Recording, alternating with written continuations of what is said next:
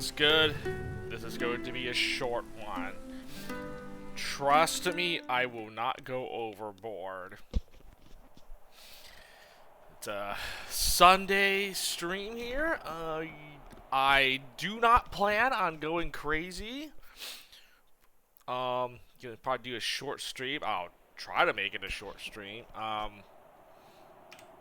I took care of some boring stuff before I started here. You know, leveled up some new party members. She had some skill points, so I just spent skill points for this character here.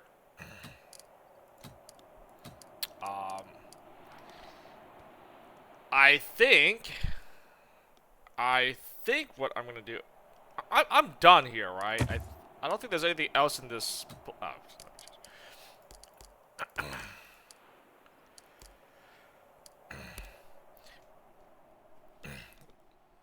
Let me just do a quick little run through this village. I think I found all the quests. I talked to every NPC. I don't think there's anything else for you to do here. I'm going to go to the other new area. Air is strangely fresh for how many people live here. Wonder what they do with their garbage. Fully explore the map, as you can see. Let's see if there's anything else I can find. Side quest, or I don't. Any new quest that pops up here. Otherwise, I'm going to this. I'm going north. We're gonna check out another area, and that's probably gonna be it for today. Go to a new area. Activate more quests, talk to a bunch of NPCs, and fully explore a new map.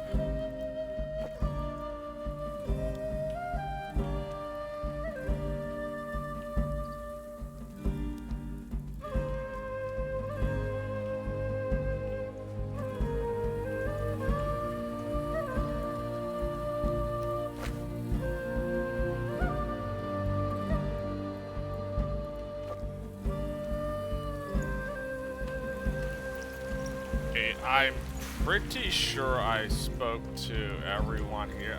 These were merchants, correct?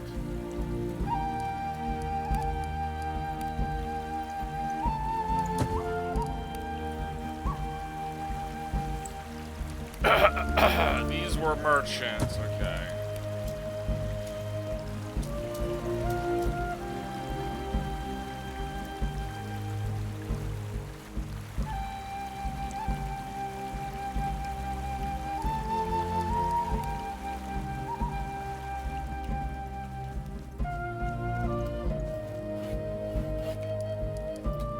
I actually think current save, I just named it whatever. Okay, I missed a merchant. I missed speaking to this one merchant. Big woman with plump red cheeks is sitting with legs primly crossed, gorging herself on berries. She is absolutely tearing through her supply. When she spots you, she meets your eyes with a guilty look, then slowly sets down her berry bow. Siamar al-Tasim. You look like a traveling sort. Here to buy food for your journey? If you've left us any, sure. Your stock must be good if even you have a hard time keeping your hands off of it. A severe blush invades her face, almost apologetically. She produces a tray of salted fish. Of course I do. Here, try this. I'll pass. Show me your wares, please. Try one.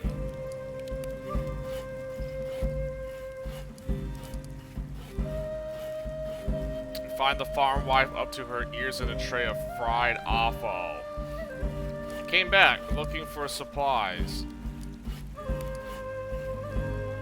I'm not one to turn down good coin from anyone, but you can't get my best prices with a reputation like yours. Man, jeez. Okay.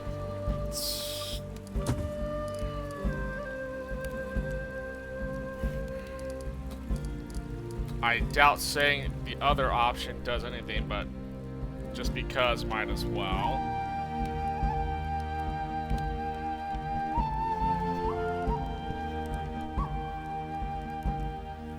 But, Feels like I spent more of my life in this town than in the Highlands. Gotta be careful or I'll go soft.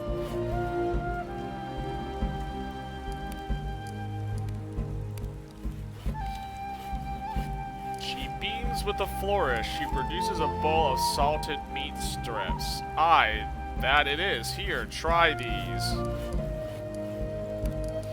As you expect from preserved food, it sure has a lot of salt in it, but it still retains a surprising amount of its original flavor.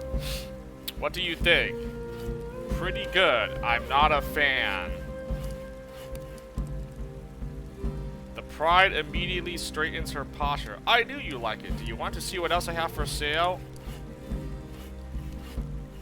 And by answering positively, 1 reputation went up. Let's go. You see, it's just stuff like that makes you that's why it makes me want to, like, okay, let me try different dialogue options. I am sure I'm going to get something good if I keep doing stuff here. And look at that. Hey, +1.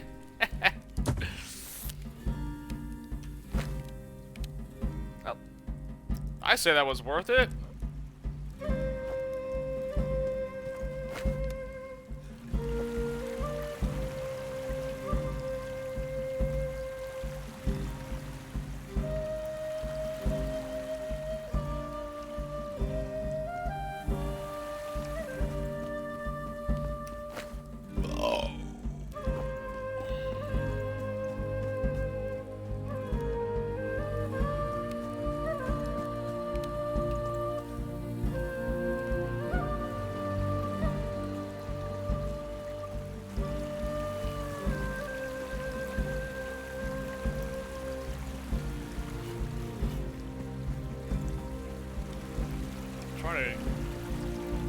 Okay, I know I don't have to, but it's like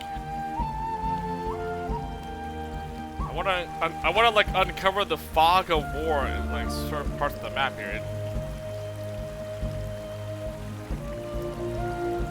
It bothers me a little bit that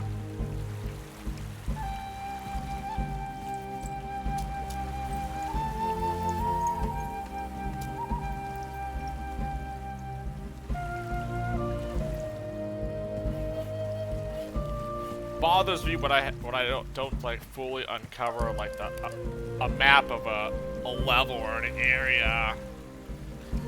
Just gotta get all those fog of war spots.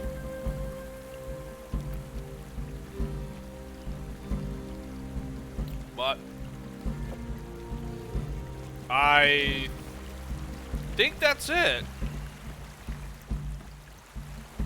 I don't think I can do anything else.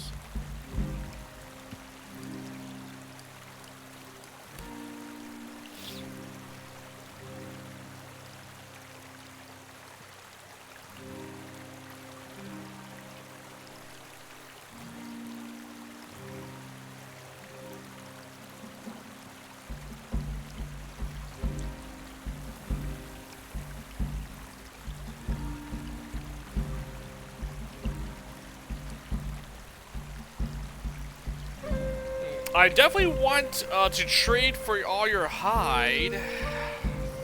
150.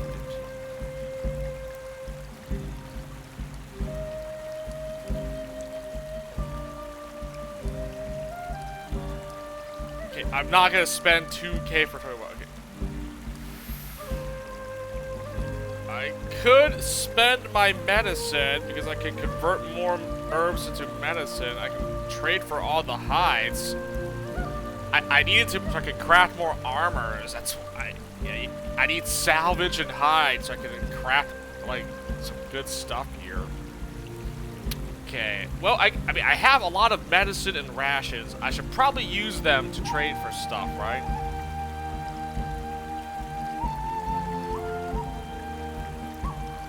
Fugit, medicine. I mean, no one's injured. I can use my medicine here to trade.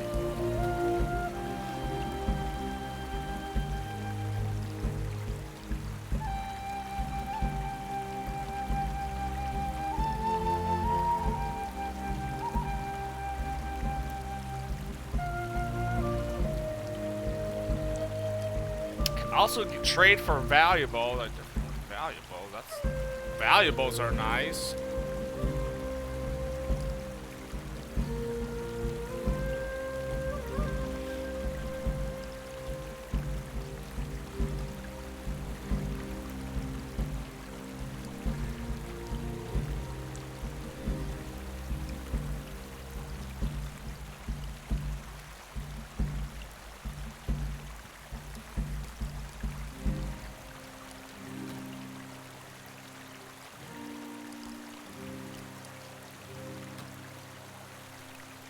Alright, I traded all your highs. Thank you. Generous pricing. Pretty sweet. Okay.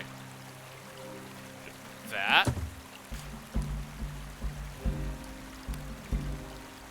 Ulak. Okay. Yeah, the one merchant that finally gave me a good deal on trading here. I'm taking advantage of that, that's for sure. Haven't found much luck trading with other vendors yet.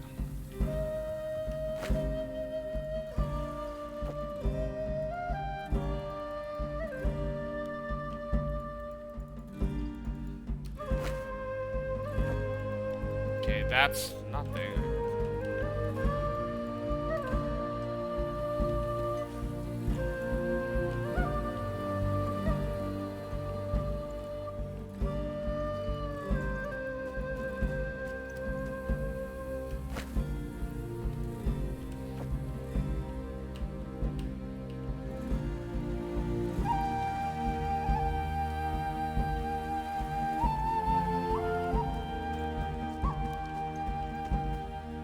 What is this?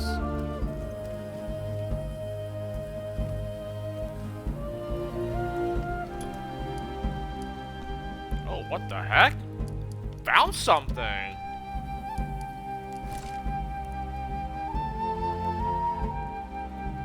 Someone left a good piece of armor in there. Very nice.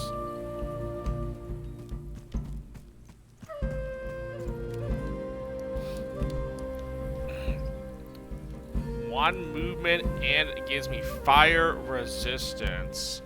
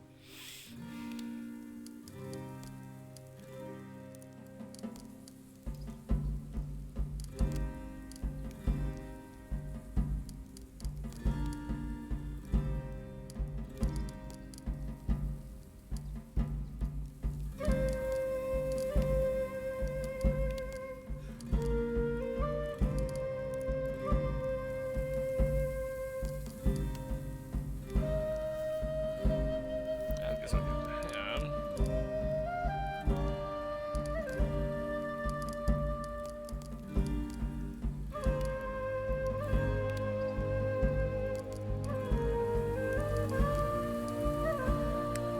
This cloth armor is pretty terrible. So I guess I'll just deconstruct this. It's kind of a waste to have that now. Everyone has armor on them, right? Not everyone has a helmet, though.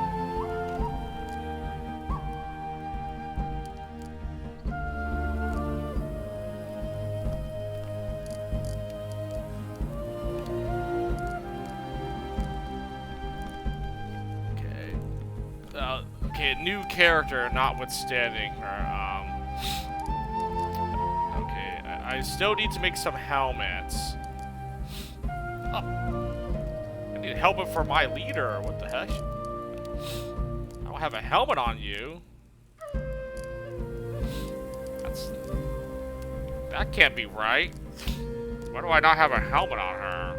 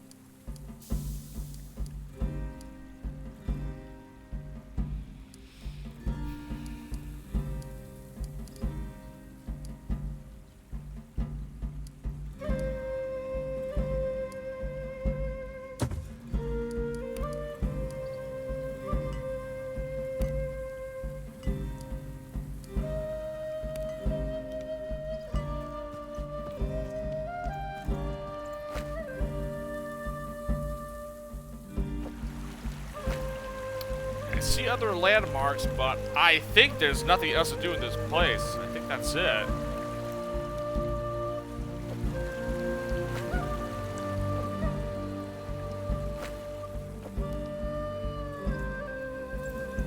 I mean, unless I missed another NPC, I don't think I did.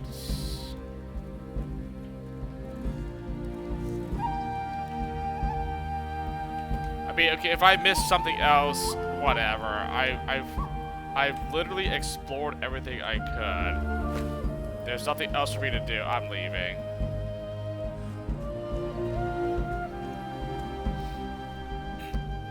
Like, I don't see anything else, so I guess that's it. For now, I'll probably come back here when we're done, or when we have a quest to turn in.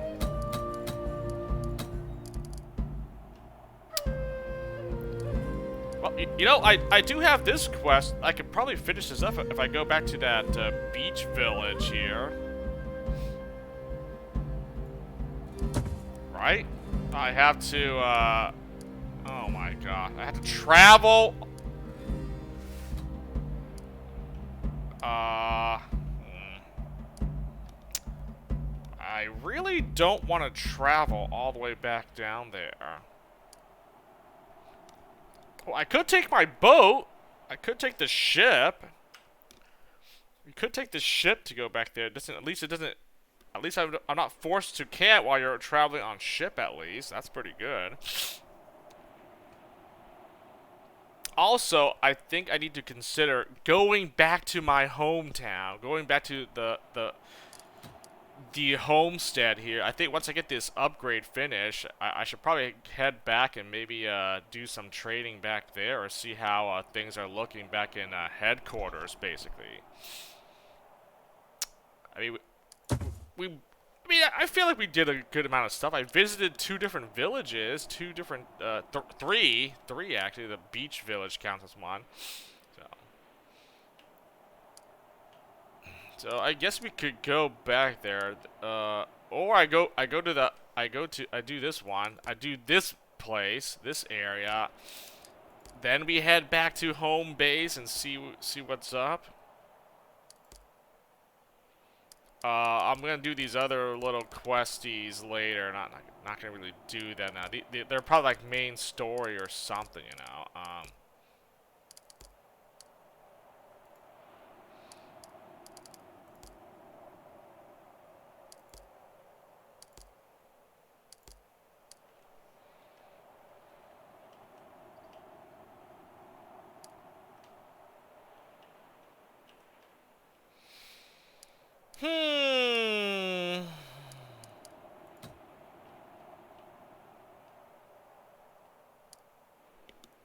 I like how there's campsites here. I mean, I could travel to these campsites. Maybe something else pops up as a result of, you know.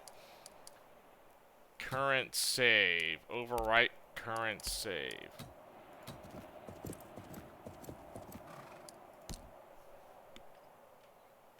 Okay, that did absolutely nothing.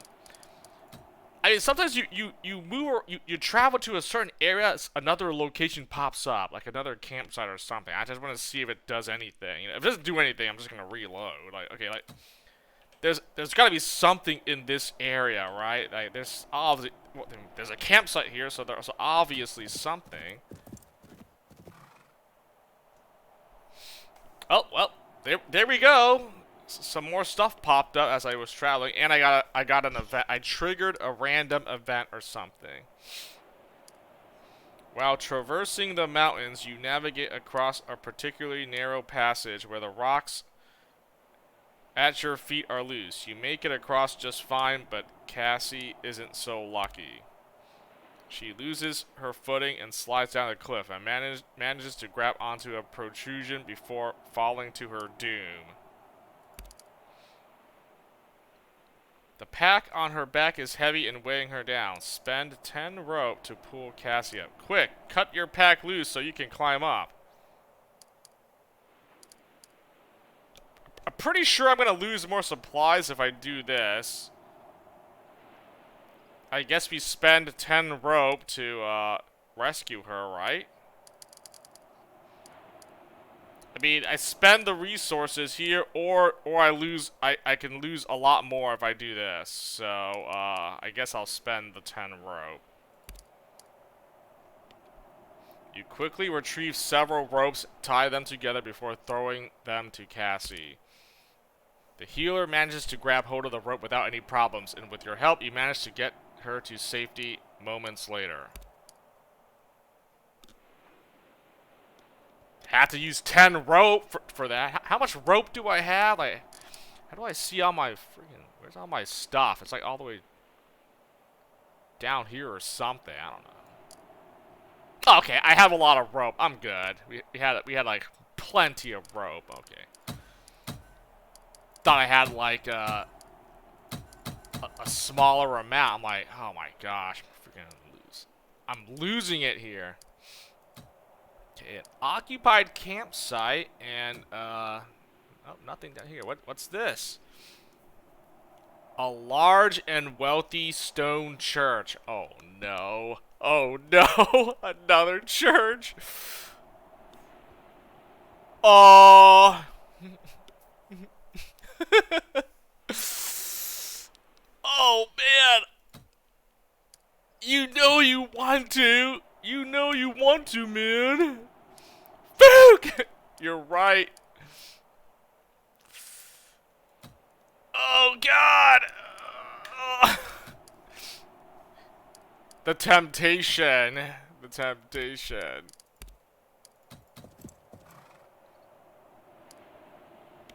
Nope. Everyone has gone hungry. Oh, wow. Well.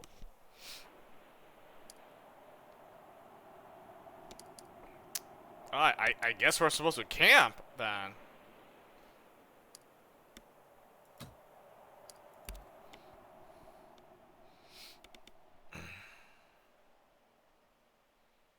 Okay, I guess we'll camp, because all my guys went hungry. I saw the message pop up, so I'm like, oh. Oh!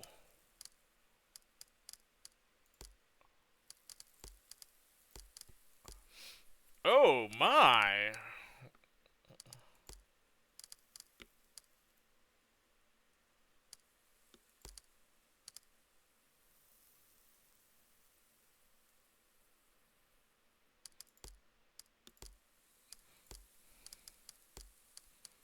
Oh my, and there's no food to be hunted here. Sweet!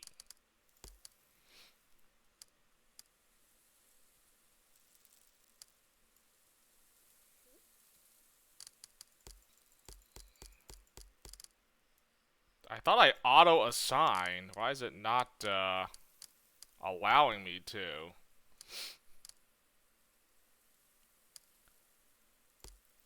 Yo, can we not hunt? Here, I'll have you scout.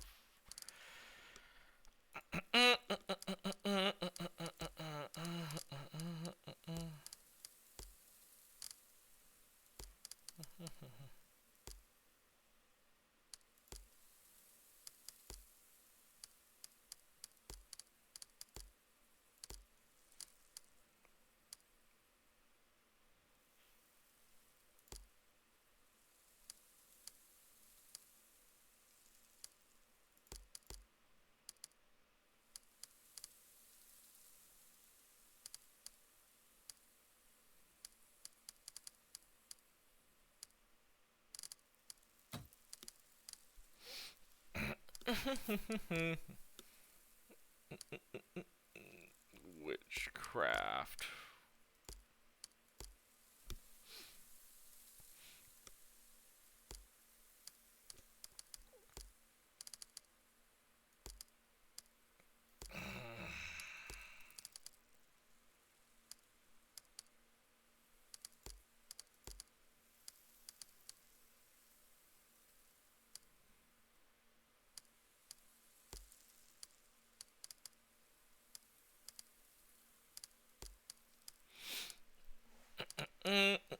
No one is assigned to clean. Wait, I mean, okay, we can still hunt. What are we doing here? Got some scouting. Got some hunting to do.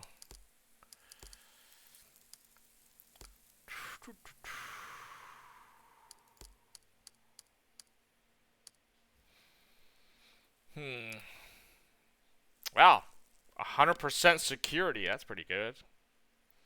Normal shelter. Pretty bad food, but that's okay. I'll just hunt all the rest of the food in this area and then be on my way.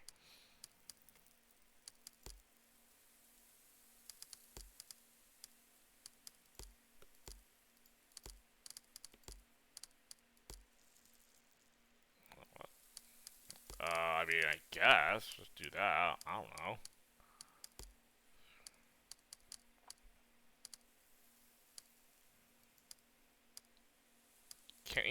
Can't even preserve anything. We don't have enough things to preserve here. Oh boy. Oh, no one's guarding the first shift. Does it even matter? Oh.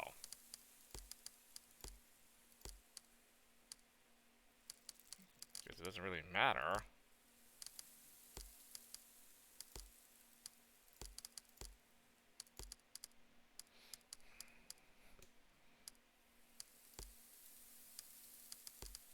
It's not like I can do anything else.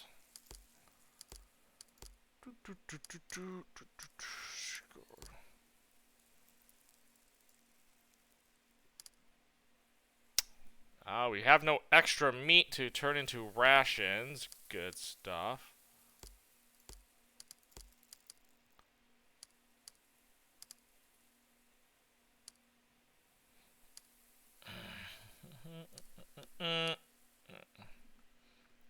Varric still has an available shift. Oh, I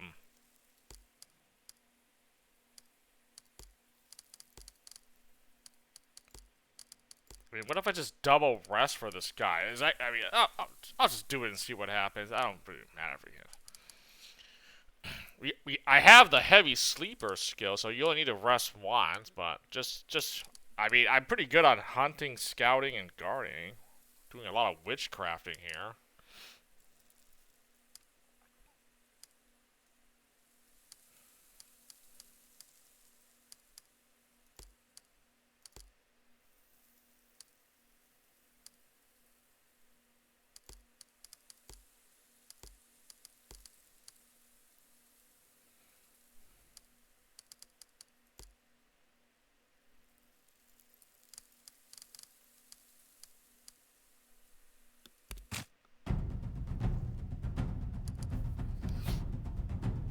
Strange smell attracts you to a distant corner of the mat, where Roskva is bent over a tray of roots being roasted over a small fire arranged atop a smooth rock.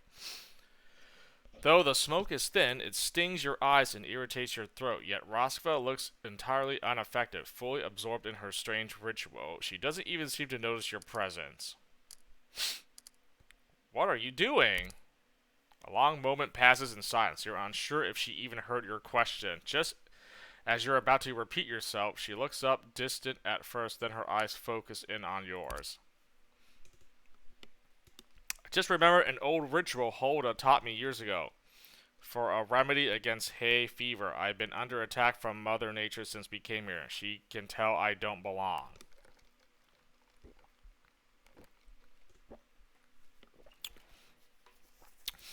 Is the smoke helping?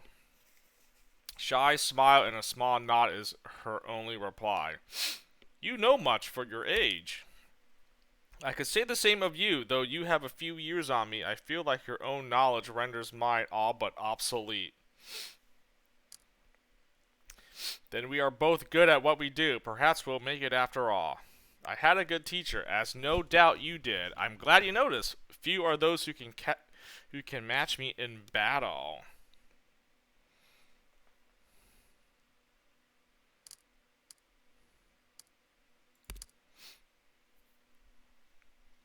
Rosva bites her lips to hide a grin. Then her dark eyes fall suddenly, and she wraps her arms around herself. You jest, but there's some truth to it. I often wonder if any of us will make it home alive. We'll be fine. We have you to patch us up when things go wrong, right? Better to die gloriously here than to live a long and boring life at home.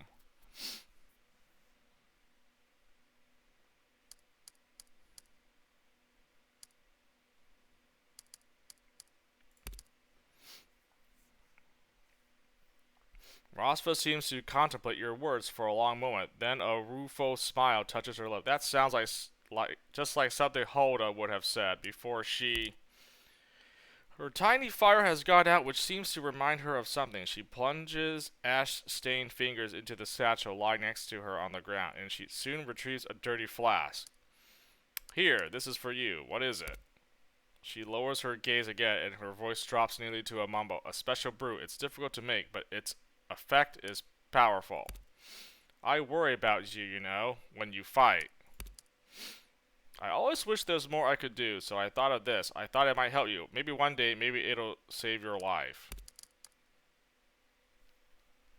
Rosva is brushing her foot idly across the grass, holding out the flask while looking everywhere except at you. Accept it. Thank you, but you mustn't worry about me. We all have each other's backs out there.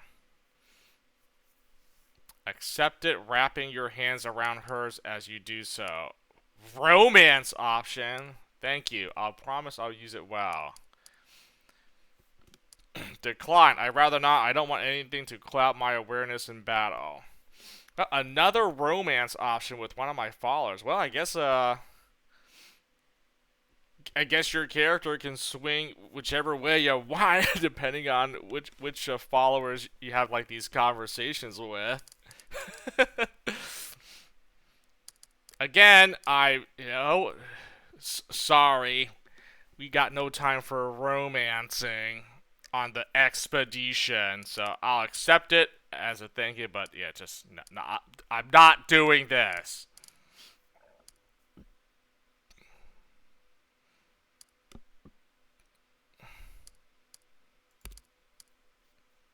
Even under the ashen paint beneath her eyes, you can see her blushing quite intensely. Her fingers brush over the insides of your hands as she releases the flask. But she manages to meet your eyes for only a moment. I think I should get back to my duties. I put them off long enough. Rosva delicately picks up the tray with the roasted roots, brushing off the embers and storing the tray securely in her satchel, which she slings across her shoulder.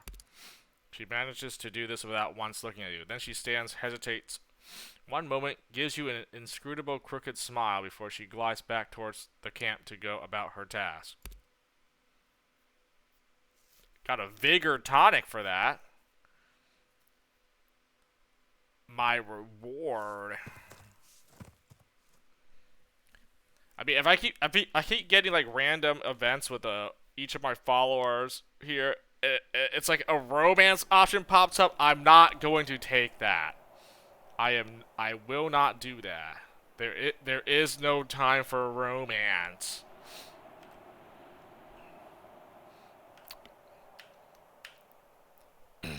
I'm a busy person here. I'm all about the improving my homestead here, working towards prosperity and wealth. And the upgrade finished. The upgrade finished nice. Then I guess we should. Well, I guess this is the last upgrade I didn't touch. The Palisades, right?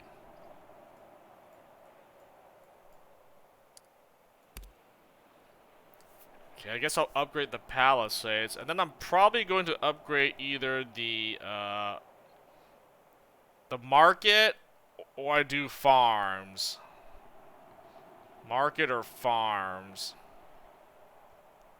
Getting our prosperity rating slowly building up here.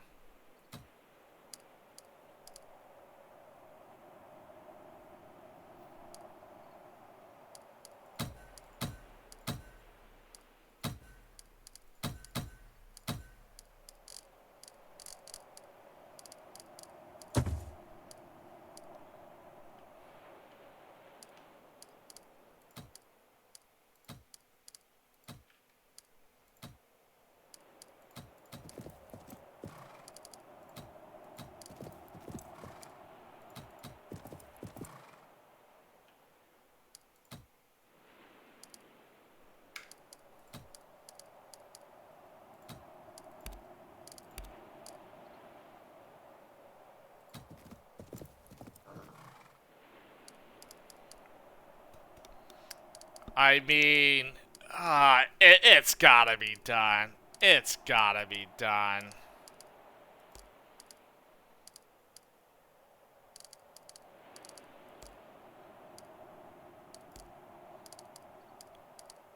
At this point, is it just not the answer? Do we not just do this and then just be done with it? I mean, they're giving me random churches, monasteries pop up. It's a location. It has the word wealth and greed in it.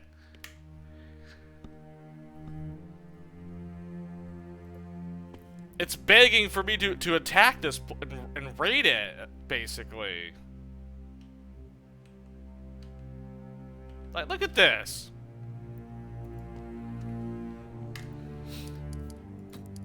It's literally telling me, please raid our church. We have free treasures and loot.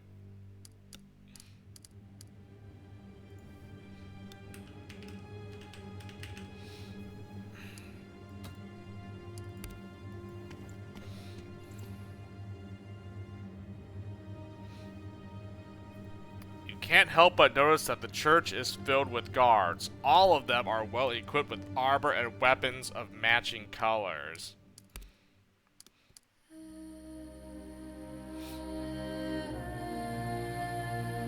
Varric leans in to whisper, if you plan to start anything here, we'll have our work cut out for us. The militia has us outnumbered. A young monk standing to the side notices you and rushes to greet you.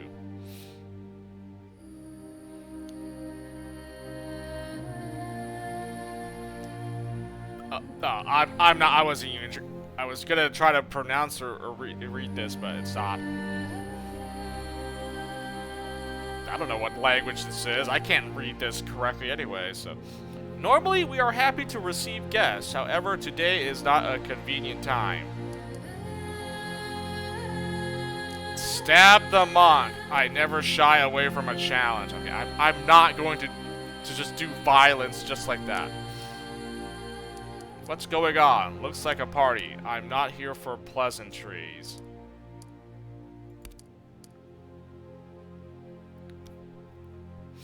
The monk seems to notice your foreign clothing and your weapons, but he does a good job of hiding his work. The loco Ferd has gathered for an emergency meeting.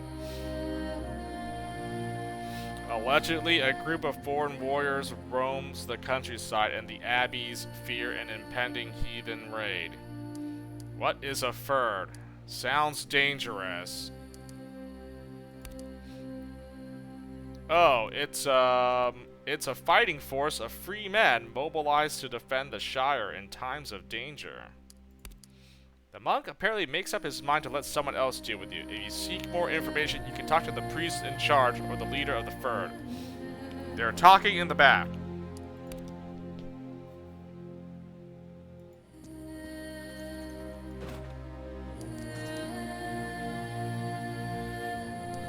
Oh! It didn't even, that wasn't even a theft.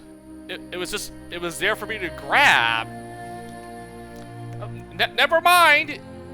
The moment I try to take anything from this church, I get caught. Thieves! Heresy!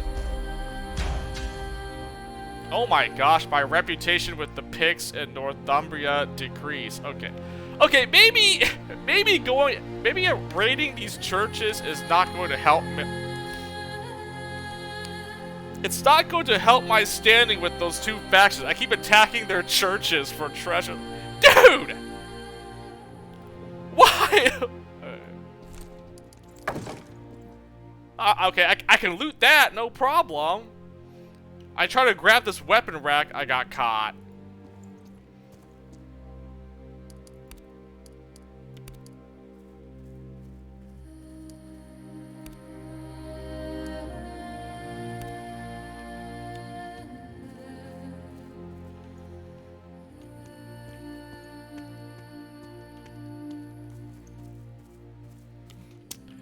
I mean, that's a lot of bad guys. That's a lot of enemies I have to fight. I don't think... Okay, regardless of whether I lose reputation, like, that is a lot of guys to deal with, right?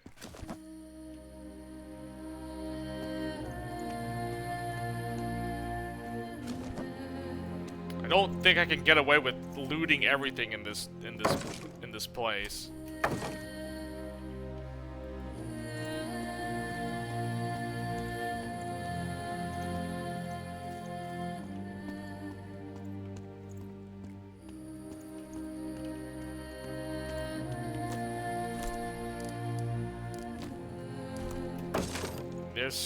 There's some things, you know.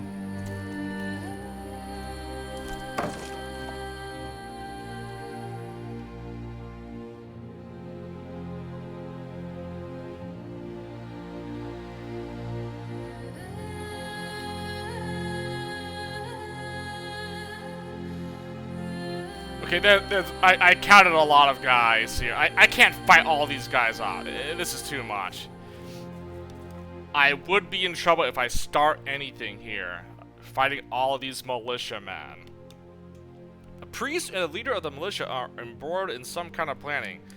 Just as you come within earshot, they cease and turn towards you. The priest's tone is reserved but cordial. Dominus vobiscum holoftia. I would like to offer you our full hospitality, but as you can see, we have our hands full at the moment. The leader of the guards evaluates your clothes and your herdmen. Around you, several conversations are coming to a halt. You look different. Where are you from? What's your business here? I believe we're the heathens you were expecting. Sorry to have arrived a little early. You'd think just because we travel far, we pose some sort of danger. You come across the sea from the east. Our errand is peaceful and we don't wish to cause any trouble. Though he clearly remains skeptical, the militia leader motions for his men to stand down. I suggest you leave the way you came. We don't like your kind around here. As the militiaman and the priest turn their backs on your once more, you catch a few sentences of their discussions. We do not have enough warriors to garrison every village. If a monastery is attacked, we'll ride out from here to find and kill the ones responsible.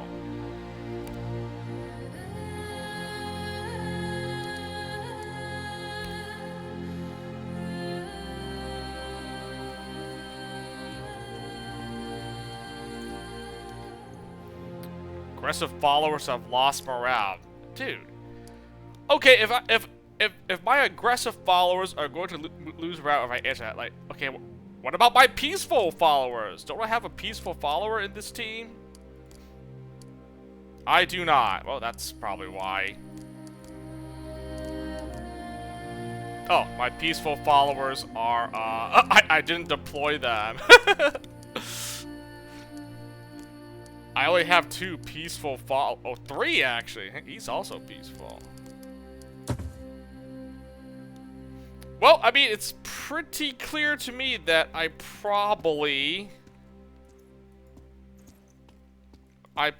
shouldn't try to loot anything here because I will get attacked instantly, right?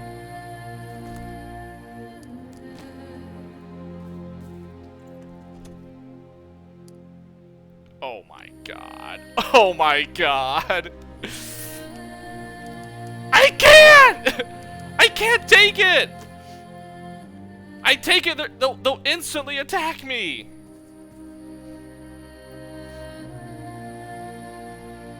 I lose my reputation with these guys, which is like...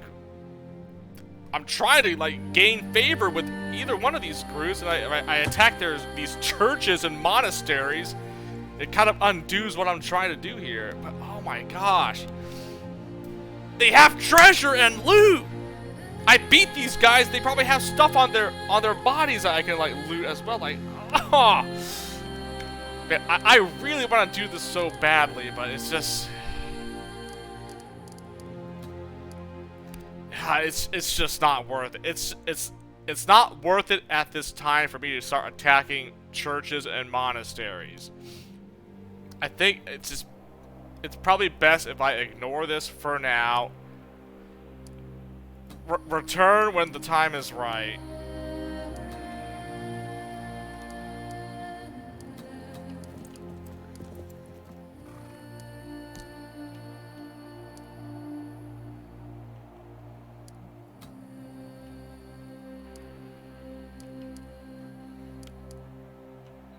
I don't think there's any point in doing that, actually. That really didn't do anything for me. I mean, I found some campsites. I don't really care for discovering any more campsites.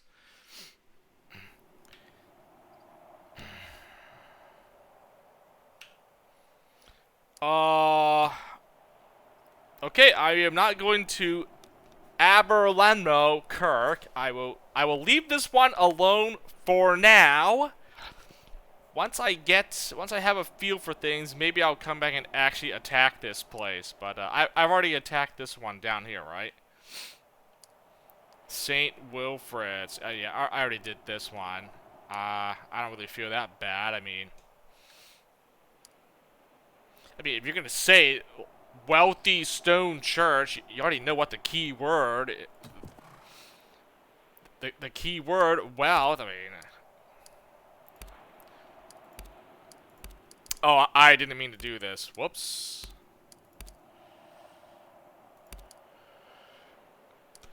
Whoopsie. I did not mean to click that. Oh well. That was a random bad event.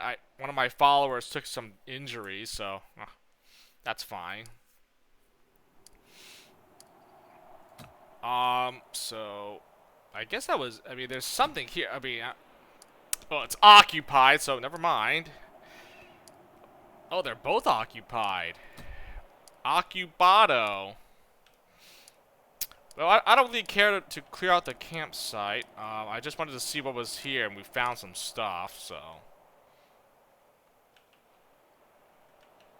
So where am I going? Going back to here, and then I think I set sail to,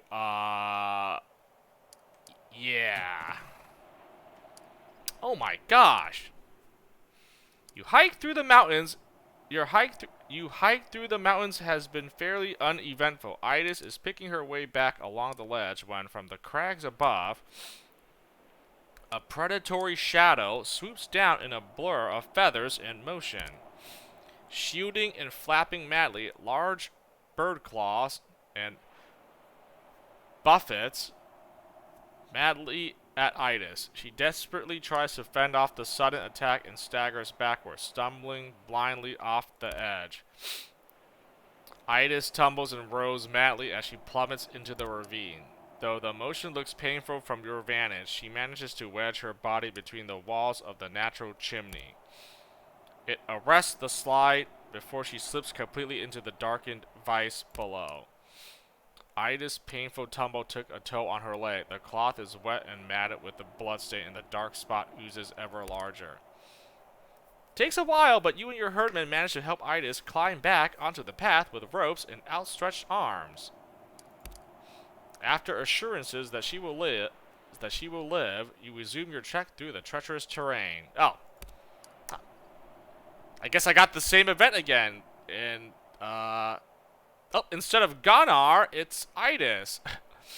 Moderate laceration to the leg. Nice.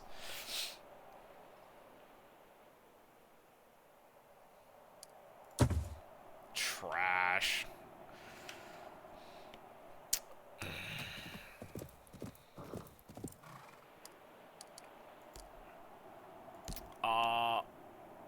Is there a doctor? There's a doctor in this village, is there not? Healer, please heal.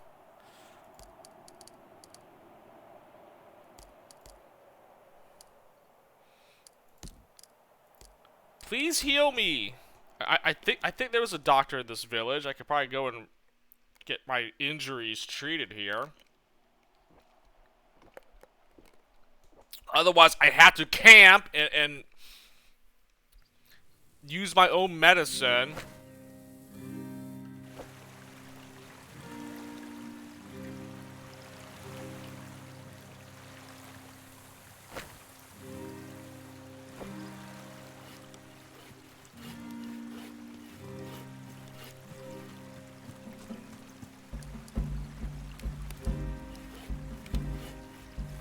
Is there a healer? I'm hoping there is. I mean...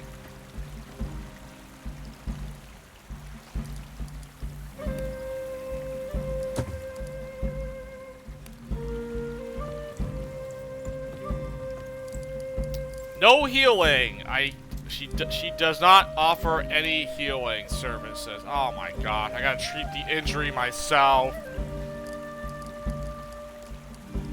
Wait, was I supposed to deploy her? Wait, yeah, I did deploy her. Moderate laceration, leg.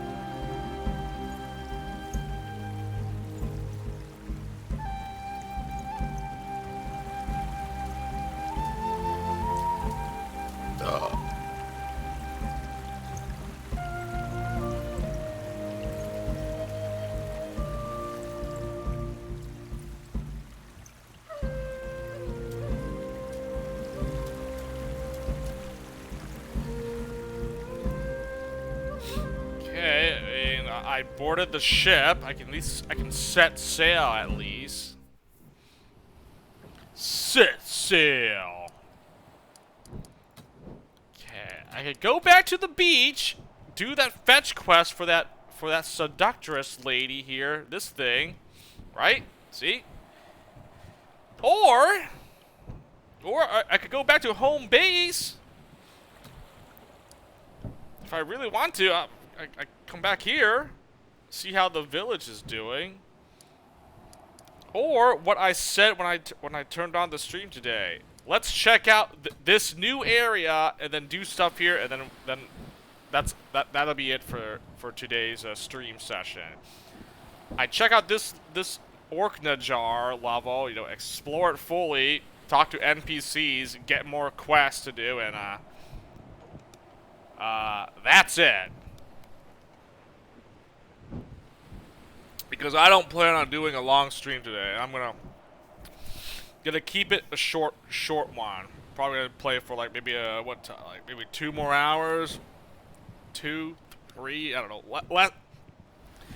I'm gonna do like probably like a 3-hour stream or something. I'm not gonna go too crazy. Definitely going to not go crazy there.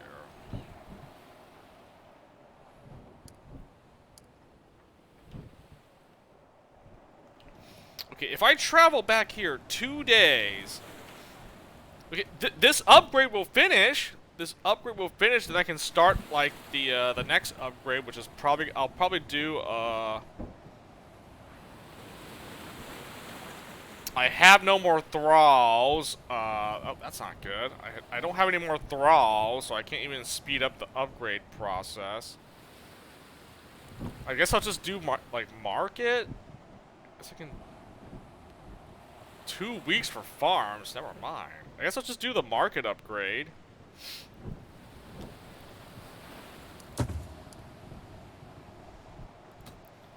We can go back here and then.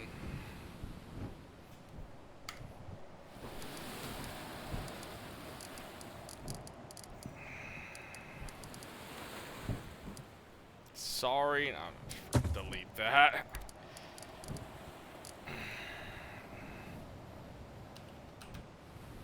Back home, perhaps? Is that where I'm gonna go?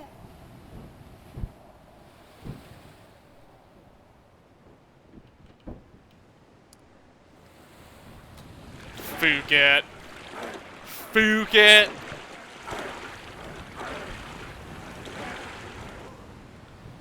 Oh, upgrade finish. Clan power, okay. That was for power, right? Sure. I got the Palisades. Okay, I don't have any thralls, so this kind of sucks.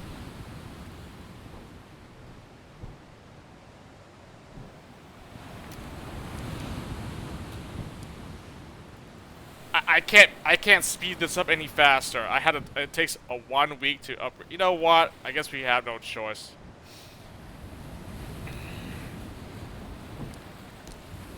I mean, if I don't, I can go back here and then maybe get more thralls, trade for them.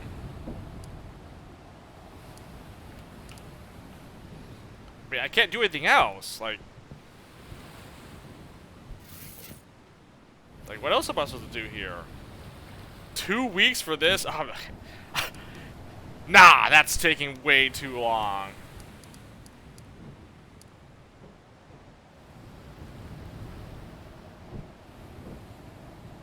I mean, whatever. I get more merchants. It'll probably be good for me then. All right, I'll just do this. Do another market upgrade. Do a market upgrade and.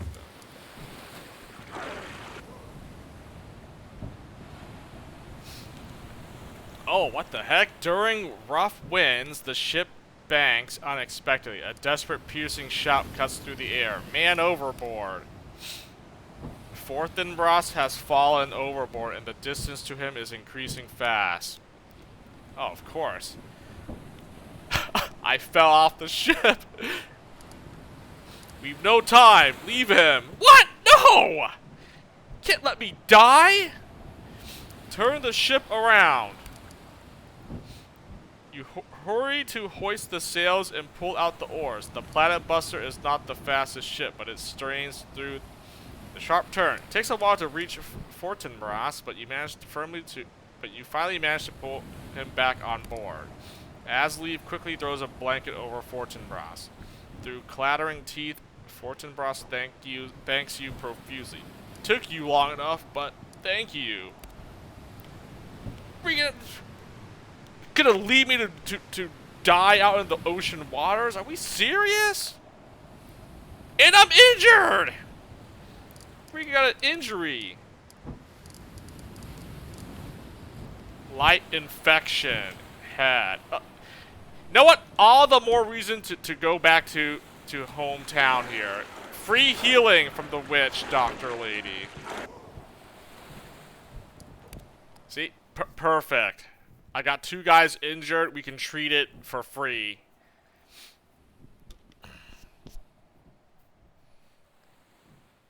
I mean, I've got some upgrades since I last left, so village might look a lot better now. And look at this. Your Uncle Grimolf awaits you at the docks. Alexis, good to see you back in one piece. He grasps you firmly by the wrist. I came to give you my thanks for taking on school's men this winter and throwing them out of the forest. Your mother Astrid, in her shrewdness, has learned that they were tasked with my murder. I owe you my life. Why would school attempt to have you murdered? Then I am very glad to have prevented it, but I didn't know there was a threat against you. You owe me no particular gratitude. I enjoyed beating up those fresh-faced milksops. I would gladly do it again were they to return.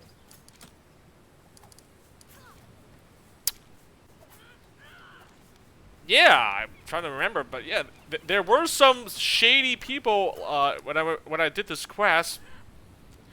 However long ago that was in the forest, right? There were like some guys near the uncle's forest. I expelled them out of that area. So, so they were hired to try to assassinate the uncle here for whatever reason. That she does not know, but I can venture a guess. I am the most experienced warrior left in Skajern, and as your father's last surviving Huskarl, I have quite a reputation among our neighbors. No doubt they fear what my experience could bring you, should they be forced to mount an outright attack against us. Oh, that's probably why he wanted to kill him then. I understand you were only doing your duty as Thegan to protect our clan. All the more reason for me to be grateful. In any case, I decided it's time I live up to that reputation. While you're away, I'll be overseeing the training of the youngsters. It's high time someone takes over the job left vacant since Alvard's passing. And I brought you something else, my old mail shirt. If it doesn't suit you, maybe one of your Huskars can use it. Otherwise, you should be able to make it fit with a few adjustments. I can't accept this. You might need it if school attacks. I thank you. This is a great honor. Nonsense. I have grown old and round across the waist. It no longer suits me. I'll do just as well with a long spear and a tall wall to hide behind. Now, I'm sorry to leave so soon after your return, my girl, but I must be off. I have important errands to run for Sigrid and your mother. Good luck when you set sail again. May Thor watch your travels and send you favorable winds. Oh, nice. I helped the uncle and I mail armor. Gave me pretty decent defensive stats. -3 movement. That kind of sucks, but you know what it is.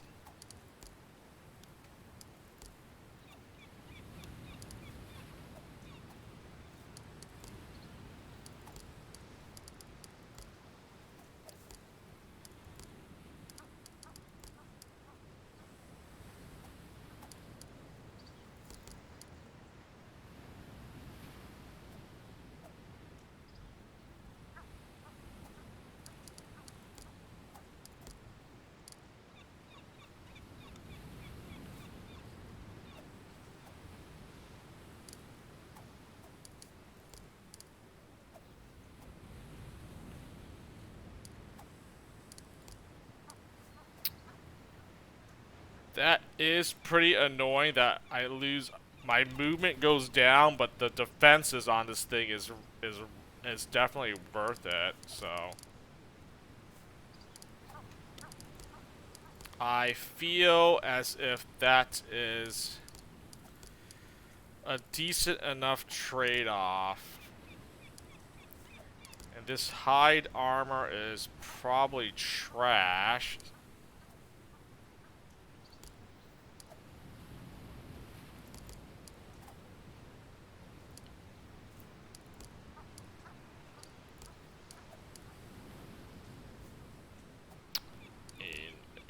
Guess it's better than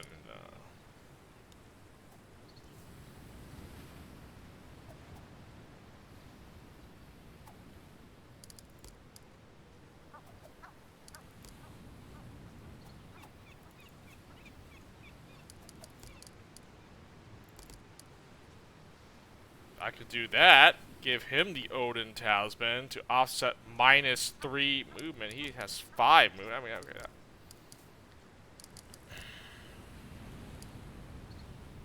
Okay, that's fine for now. Then this hide armor, we can probably destroy it, right?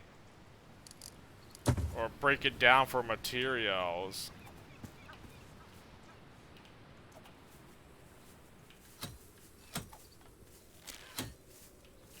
Nice, look at that. The training ring. I upgraded this training ring now. It actually looks a lot better. I upgraded the mead hall. I upgraded that. Okay, what else do we upgrade? Blacksmith. Okay, let me check out the blacksmith. Palisades. What is that? Like the wooden.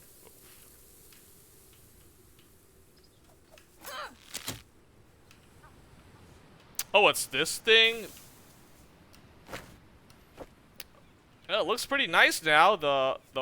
I fortified our like the walls or whatever. The city walls, if you will. Oh, and I see some followers I can speak to while I'm here. Oh my gosh, we're gonna speak to some guys here. No. No.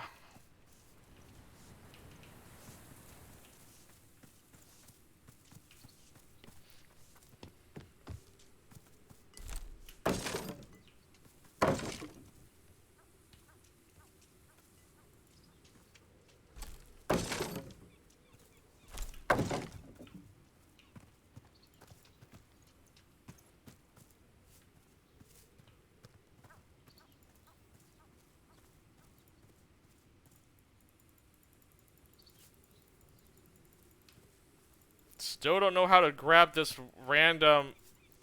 I mean, look what I'm trying to do. How dumb is this, by the way?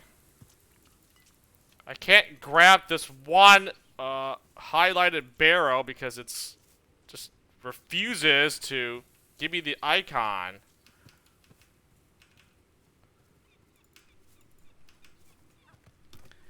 Actually stupid. I can't grab that, whatever that is. Just make it so difficult to do that.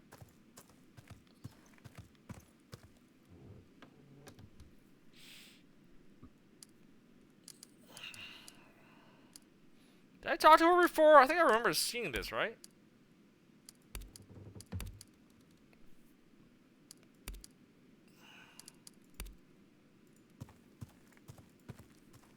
Okay, well, doesn't look like they say anything different, so I'm just not gonna bother.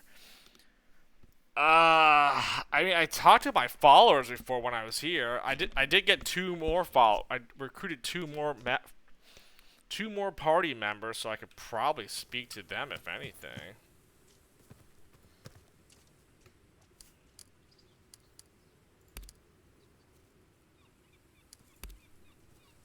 Fair prices. You do have thralls. You do have thralls for a trade. Oh my goodness. I need some of these guys. I need them so I can, like, they help speed up my upgrades here. I don't really have any other... I mean, I guess I could use rations for trade for one. Oh my god. Or I use valuables. I mean, what's your pick here? Spend valuables for thralls? I mean... I think this is what you're supposed to use your valuables for. You trade for these guys, for these freaking thralls. I'm not gonna spend my wood salvage.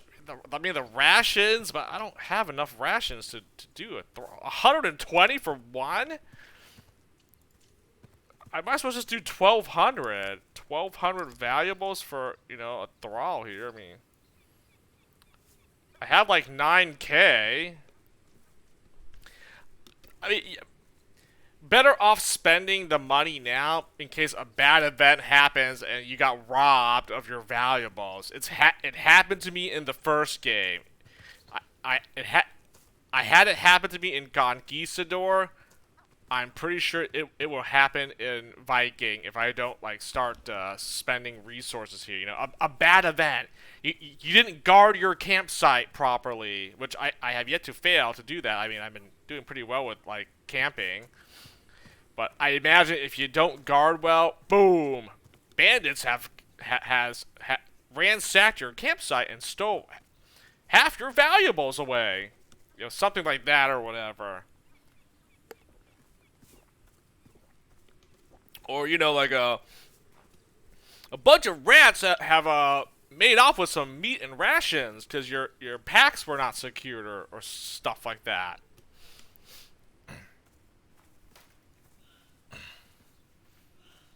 I mean, I don't think there's like a bank, a storage thing in this game where you can keep your stuff safe.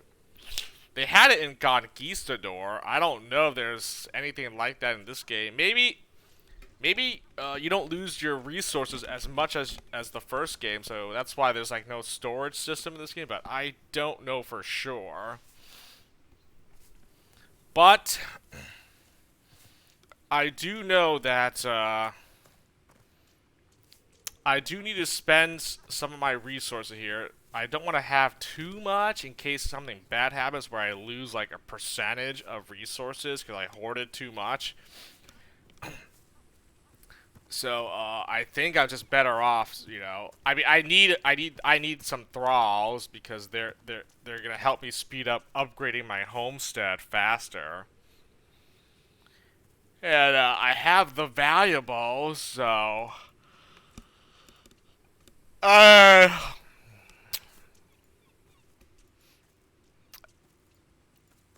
could also buy some wood from this guy as well. We do need wood to keep upgrading the village as well. I have 200 right now. That's plenty. I don't need salvage. I don't really care for salvage right now. All right, rations. Nah. It's just this. It's just thralls. I guess I'll probably buy like 3 or 4.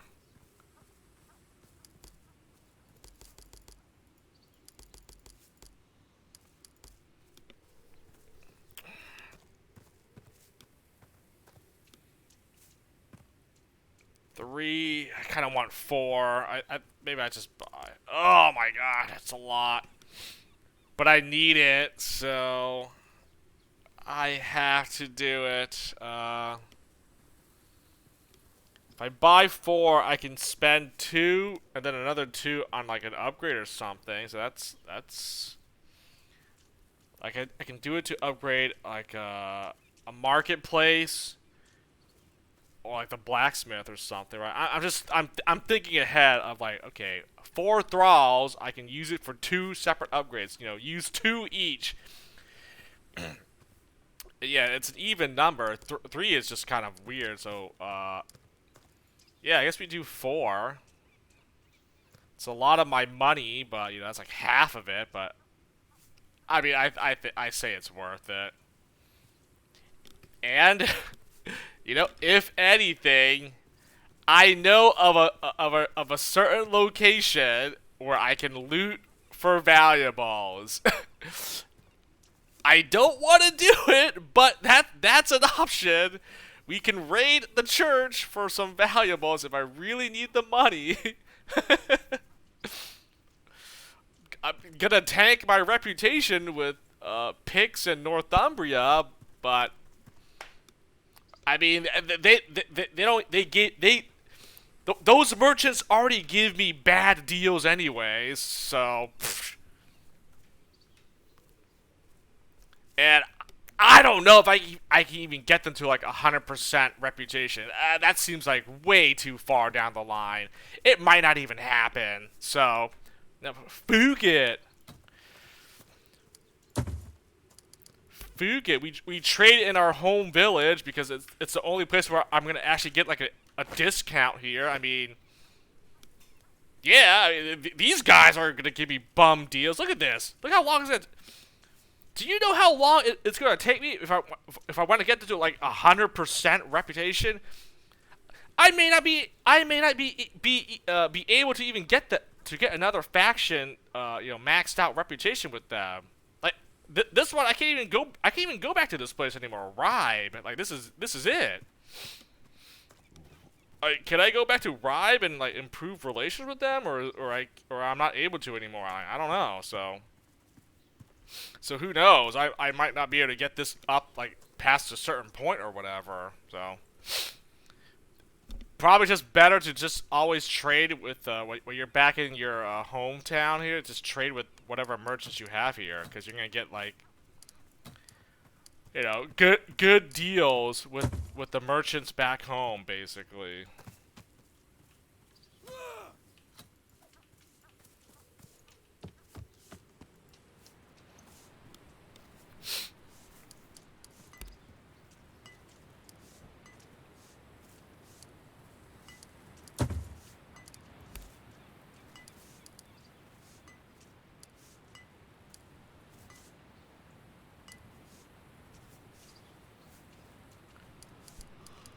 I'm okay.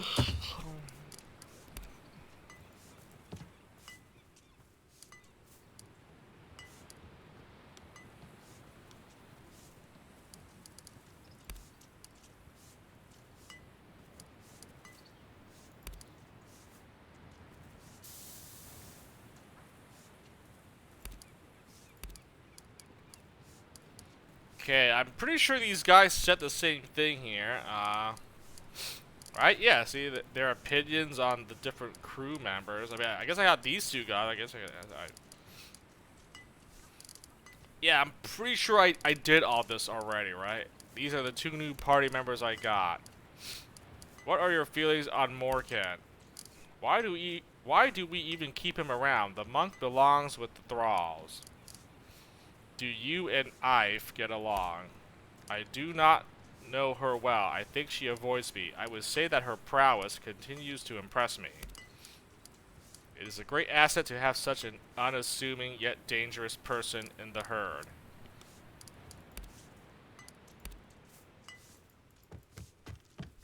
Okay.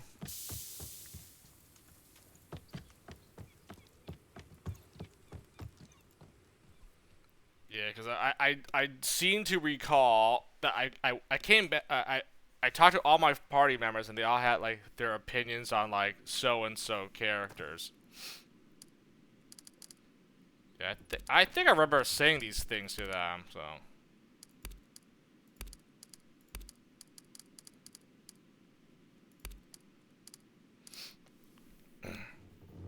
I'd watch my back around that girl if I were you. For a princess or whatever, she has no concept of honor. If you decide to act against Kostanan, she won't hesitate to betray us. We should have simply taken that man as a thrall. Our kingsmen fight the Christians south of Ribe, and yet you accepted one into your herd? His view of the world is meek and pathetic. I have no doubt he'll turn on us in a heartbeat if you decide to act against Northumbria.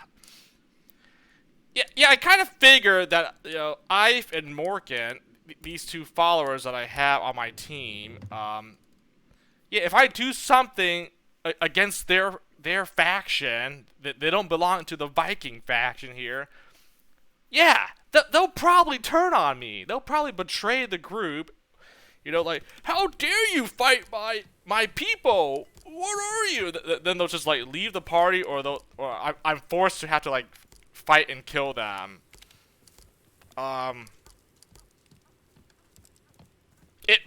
It may happen.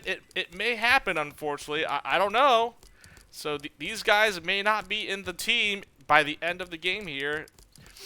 If I do something that makes them unhappy, they might willingly leave the group forever. I'm not saying that that's what I'm trying to do to them, but if one faction is offering me more stuff than another one, it just might happen that way.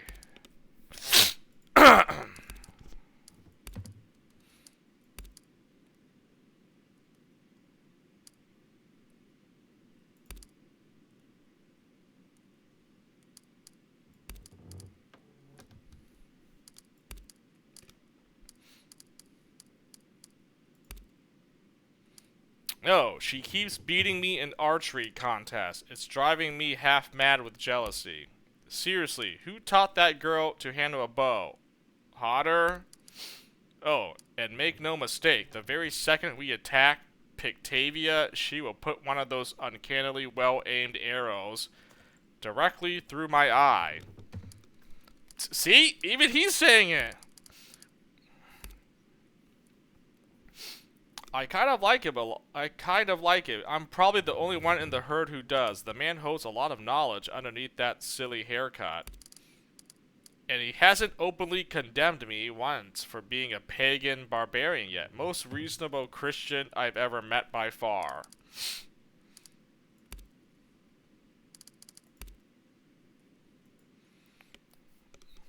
Well, it's good to know what their opinions and thoughts of other party members are. It could help me down the road should I do something so-and-so person may not agree with.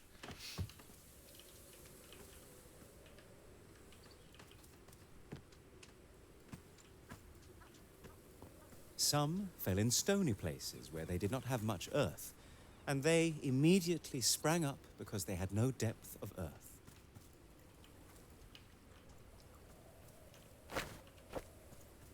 What? But when the sun was up, they were scorched, and because they had no root, they withered away. Hey, what are you doing, man? Behold, a sower went to sow, and as he sowed, some seed fell by the wayside, and the birds came and devoured them. But others fell on good ground and yielded a crop, some 100-fold, some 60, some 30. He who has ears, let him hear. And some fell among the thorns, and the thorns sprang up and choked them. But others fell on good ground and yielded a crop, some 100-fold, some Guy 60, trying to some like 30. preach or something? He who has ears, let him hear. What are you doing, man? Behold, a sower went to sow, and as he sowed, some seed fell by the wayside, and the birds came and devoured them. You know, I think some of your clansmen may be receptive to the teachings of Christ. Perhaps, with your permission, I'll establish a small chapel here at the end of the year. What are you scheming, man, trying to, forget not the name of God? What are you telling these children? They seemed quite fascinated with me, so I took it upon myself to share some of the teachings of my faith. Keep your faith to yourself. The children of my clan are not yours to teach. Well, if you're keeping them occupied, they're not causing trouble. I mean, I don't care. I mean, it's like one of those, like I said, do whatever you want in life, right? I'm all for that. I'm not going to try to repress anything.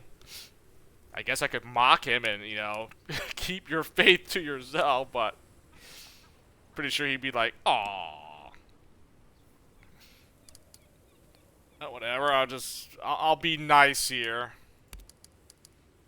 My thoughts precisely. I'll keep teaching them then. I have much to share. Oh, well, his morale increased because I was nice to him. Nice.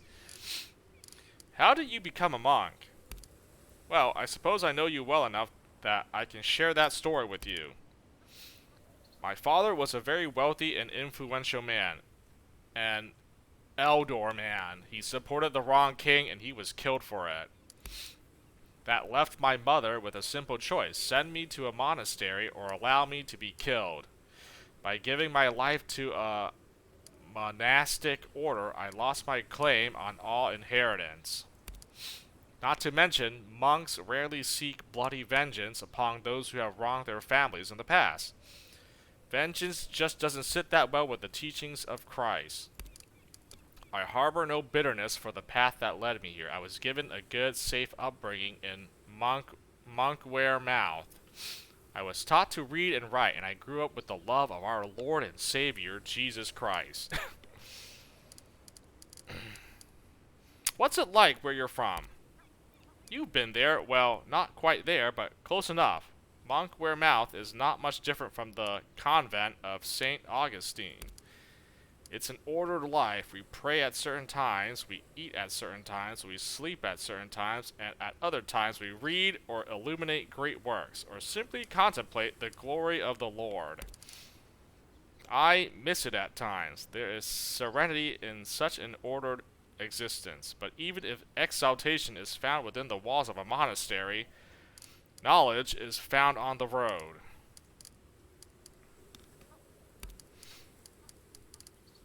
Suppose I can share my views. I'll try to be diplomatic about it. Okay, I don't remember what his opinions were, all the crew members, so let's go down the list here. Strong-willed woman, that's for sure. I find it very difficult to quite understand her. It's clear that she is very driven, but could it all be the product of the subverted maternal instinct? Perhaps in time we will find common ground. Until then, I'm perfectly content to study her from a distance. That came out wrong. How do you feel about Catillo? Catillo is one of the more reasonable people in your herd. I've had several discussions with him. He shows an admirable curiosity and a certain openness of the mind that is rare among your people. He certainly possessed of a strong concept of honor. I feel that could be put to constructive use, if only he wasn't so adamant that greatness is reflected in the blade of a sword. I have my reservations about the man. Let's just leave it at that. You believe at first I thought she was your mother. I gather others have made similar connections. She's a very stout woman, a real farm wife, I would say. A tremendous cook. Not sure I approve of bringing her into battle, but she is certainly one of the more agreeable members of your retinue. I enjoy the opportunity to learn from her about your faith and your mysticism. Many among my order would fear her, but I see her for what she is. A young woman with a remarkable wealth of knowledge and a great gift for healing, sadly mired in backwards pagan delusions. I spent much time with the Picts. Their church at Iona is a marvelous gift to the Christian faith and the cultural heritage of Britannia. Do not underestimate Ife. Her relationship to Grain is more than that of a subordinate to a commander. She was Grain's apprentice, and Grain's name is spoken with great reverence throughout Pictavia.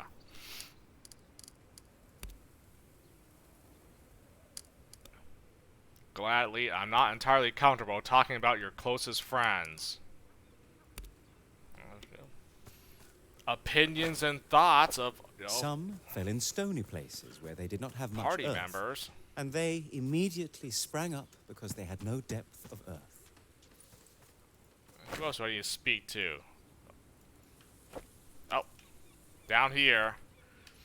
I need to go to the witch's place for healing.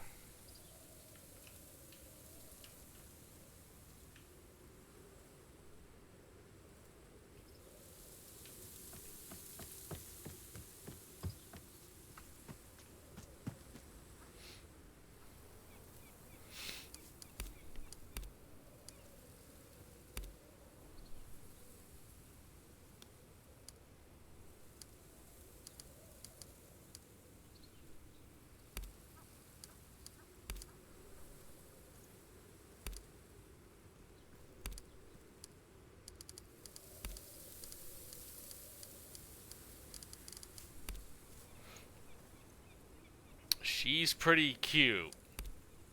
Realizing what she just said, Rosva blushes slightly and hides a smile with her hand. I probably shouldn't have said that.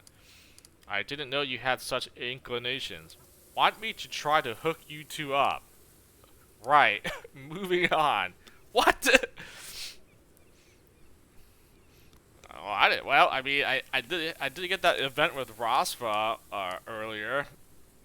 Had the option to romance her or something. Like, what? Her and Ive. I guess I'll just boink. My inclinations go both ways. Can we change the subject? Ah, okay, sure thing. Yeah, that's what are you? Stuck up, self-righteous, overconfident, overeager. She shrugs. He's alright. Morgan. He would never admit it, but I think those prayers of his work the same way as my rituals. It works because we believe it does.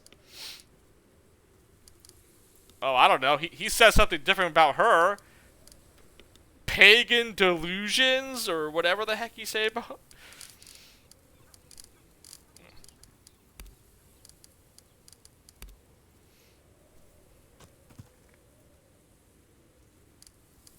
Oh, there it is. Some of my herdmen have been injured. Yes! You go back to her, she heal 1 hour of the time, and she heals everyone from injuries. Sweet! There we go. No more injuries. Everyone is fully healed up. Okay, so I guess only going back to her, she will like. If there's anyone that's injured, she will heal it for free of charge, basically. Okay, it only takes 1 hour of the game time to do that. I'm like, okay. Better than me going to a camp than using medicine to heal any injuries, right? So I guess if I ever go back to the home base, I get a free healing if I need to.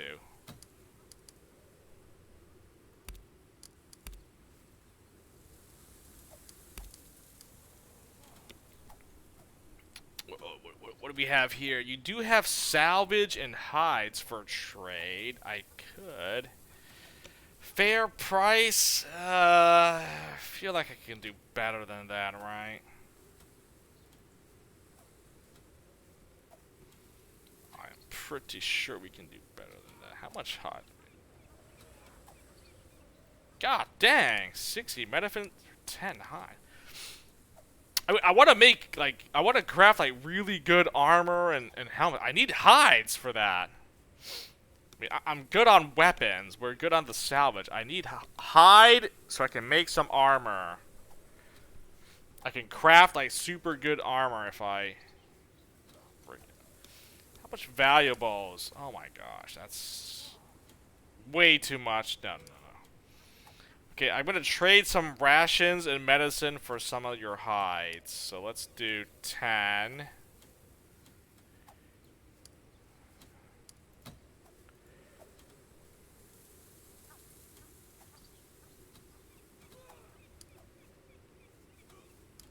God damn, that's a lot of...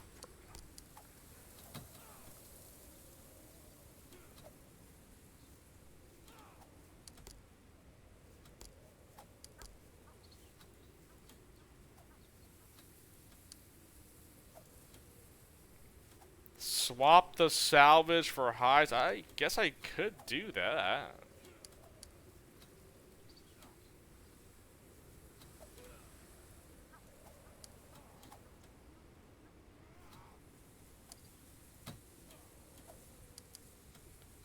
Okay, I guess we'll do that. Okay, I got 54 hides. Okay, that should be enough for me to craft, like, armor and, like, helmet, I think. Pretty sure. I'm gonna lock that in. Yeah, also, what is this? No. Guess I never stole this off of her cart. Oh, okay, whatever. Thanks.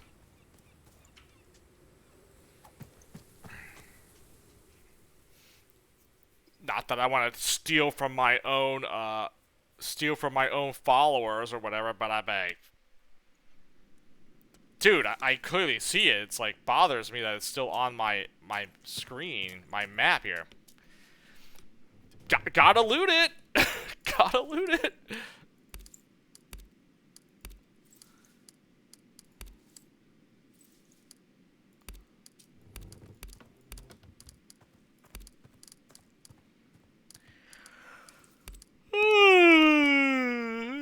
What weird girl, but sweet. Told me I remind her of her mother. Wasn't sure what to make of it at the time, but suppose she meant it as praise. I mean, it seems like everyone thinks Itis is basically, you know, the cooking mama. I guess it makes sense, giving her background. Oh, and I also need to read the... She scratches the back of her neck. Was sure he'd take off as soon as our backs were turned. Weird that he's still around. Probably haven't got the spine to make a run for it. We turn on Northumbria, though. Pretty sure he won't put up with that. Pushed him too far already. Really? Morgan? Oh, he's still in the party. He hasn't left my group yet, so... whatever. I forgot to read her bio. Oh, yeah, let's read it now. What is he? Though her title is Princess of the Kingdom of Kate, Ife has few of a princess's manners and none of the typical conceits. Kate is a poor and harsh country, and Ife was raised to be as resilient and determined as any of her father's subjects. As soon as she was old enough, she was sent to train with the famous warrior Grain, whose tutelage has turned her into a skillful trapper. Gifted from an early age with equal parts curiosity and courage, I've decided almost on a whim to join your herd. It's clear that she harbors some fascination with you and your culture. It's fortunate then that she is such a considerable asset on the field of battle. Yeah, asked to join. I'm like, Okay, I'll take another party member. Why not? Depending on what I do or which faction I side with, you know, she may or may not, you know, she might stick around or she might not, she might leave the party if things don't go according to, you know, where her loyalties lie. I mean, I would imagine, yes, if you mess with either one of these guys, like their homeland, or turn on the faction that they belong to, yeah, I'm pretty sure they won't be in my party much longer. The rest of my group, though, they're all from the same team, so I don't think these guys are gonna leave my party unless I do something really drastic where I force them to, like, you know, hate my guts or they leave or whatever. But I think everyone's probably good. I mean, I guess technically Gunnar isn't from Skajern. He's like he's from up north. He's from the Northmen faction, right? Right, Northmen. So yeah, and then she's from Pict, right? Ife, and then Morgan is from Northumbria. And then everyone else is like clansmen, right? The rest of my crew. I assume my created guys are. I mean, they're not gonna leave, so it doesn't matter what I do for these three. But yeah, the rest of these guys are from. They have their own faction, so. But yeah, I guess as long as I don't, you know, make these guys mortal enemies or whatever, then yeah, we should be good. Or no, if I don't have a follower, a party member from one of these factions, and they're like, you know, an enemy, then we should be good. Which kind of reminds me of when I was playing, you know, Expedition Conquistador.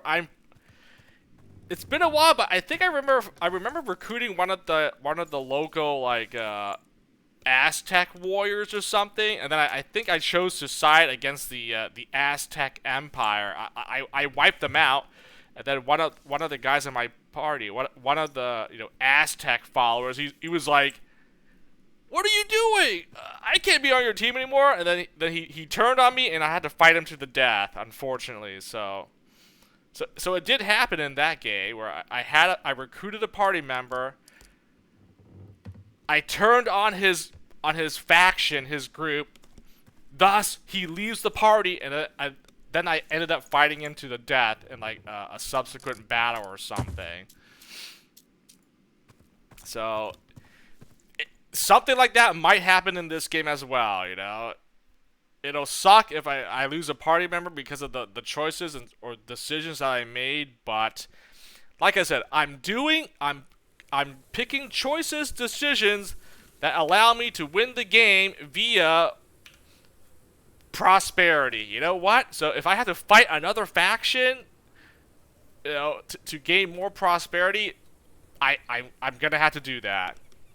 We're gonna have to fight against another group. It's inevitable. It's going to happen. If I can make allies, trade partners out of all of them, great. I'll try to do that. But if it doesn't seem like they want to be allies in any way, shape, or form, I'm gonna have to use some military power here, and I'm probably gonna have to destroy them. It's bound to happen. So I'm not going to be shocked, surprised if I had to, like, wipe out one faction just because they won't play nice. Like, they refuse to be an ally of mine. No, well, then I'm gonna have to take you guys out. I'm gonna have to wipe you then.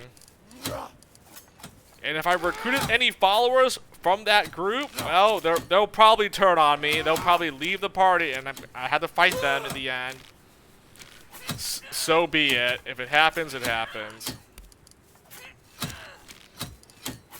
I don't trust that monk. That Christian language of his makes the hair stand on the back of my neck.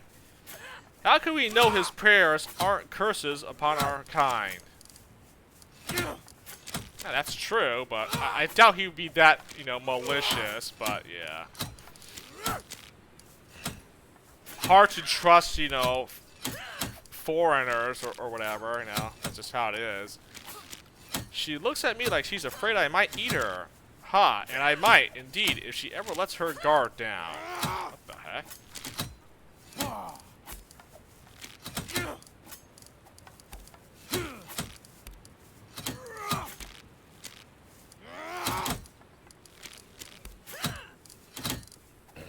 Well, get everyone's opinion on all party members I have here. Where is it?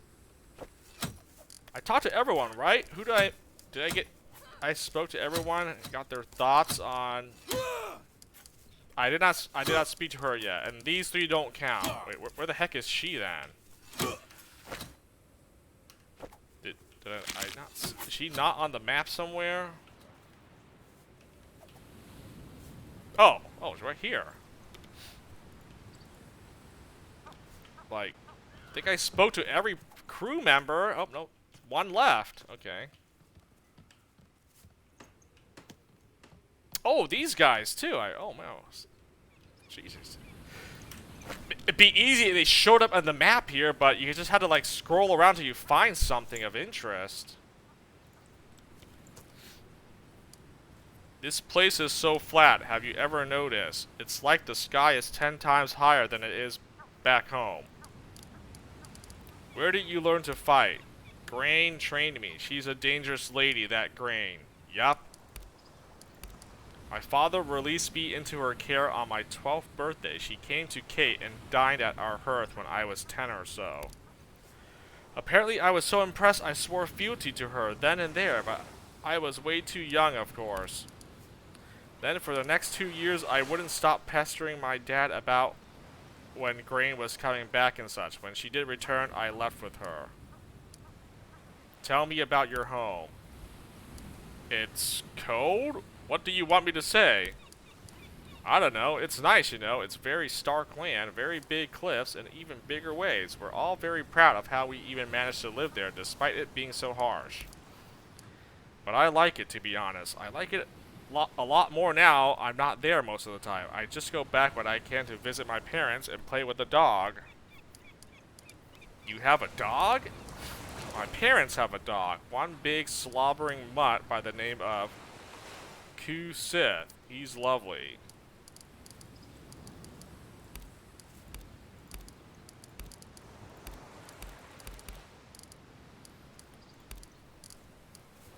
Alright. Who do you mean? Oh, let's go down the list. She's got a lot to prove, right? Seems like it anyway. She's tough as nails, but she doesn't seem to know it. Katil has a very big mouth. He should watch it a bit better. None that I should share in polite company. He's got quite the stick up his arse. But, you know, I admire that he was big enough to follow you after you beat him. That takes character.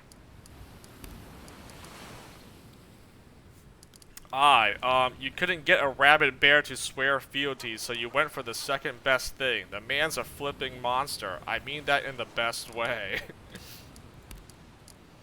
We should take Idas to meet my mother once. They get along swimmingly. If those two ever traded recipes, we be eating like kings. She creeps me out. I saw her grinding a bug up for one of those poultices the other day. Sometimes she looks at me, and I think she can hear my thoughts. Is that a thing?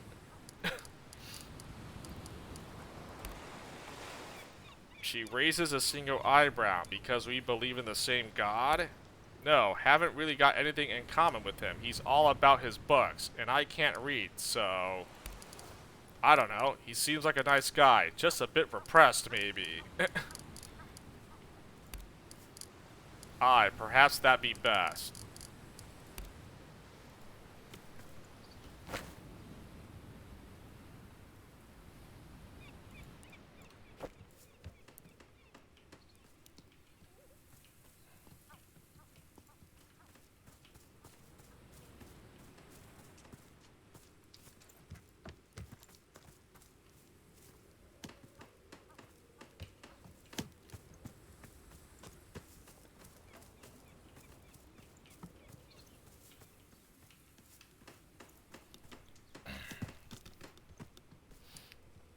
Back in regular clothes and no longer tied to poles, you almost don't recognize the 2 Vikings you freed from Pictish captivity in Perth. They both smile in greeting. Hey, it's our rescuer. Good to see you again, friend. Fine place you have here. Very grateful for the invitation. What are you working on, Justin?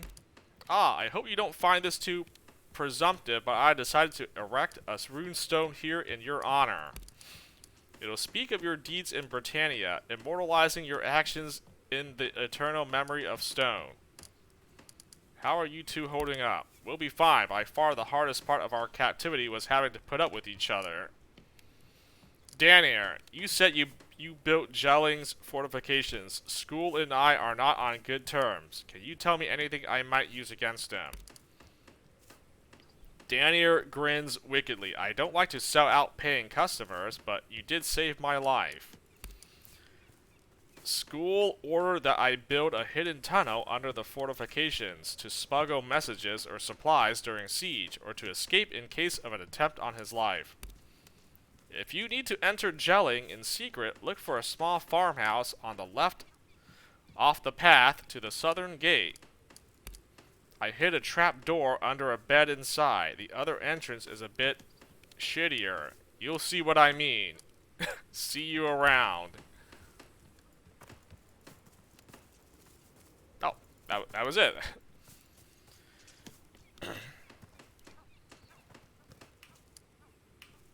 Okay, so Jelling is basically the big boss man. I'm just gonna call him the big boss man. School Skullcleaver, the rival warlord, the rival Thegan that wants to like destroy my clan. So it's this group here, Jelling. Okay, so I should keep an eye out for these guys if I ever encounter them or whatever.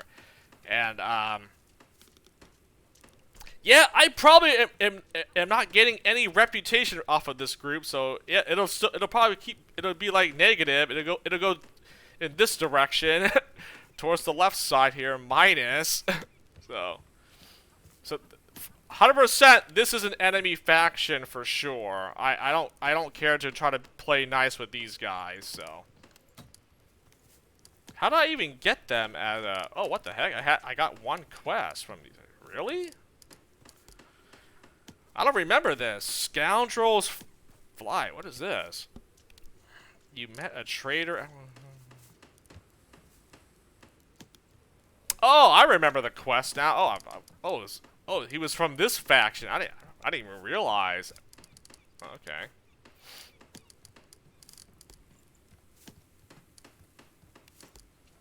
Didn't realize that. Okay, yeah, you see the little icon. That's the group that they belong to. So I'm like, oh, okay. Ah, I see. All right. Well,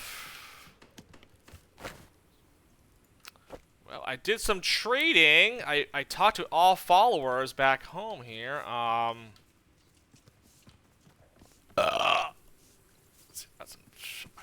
don't think I need to do anything else, do I?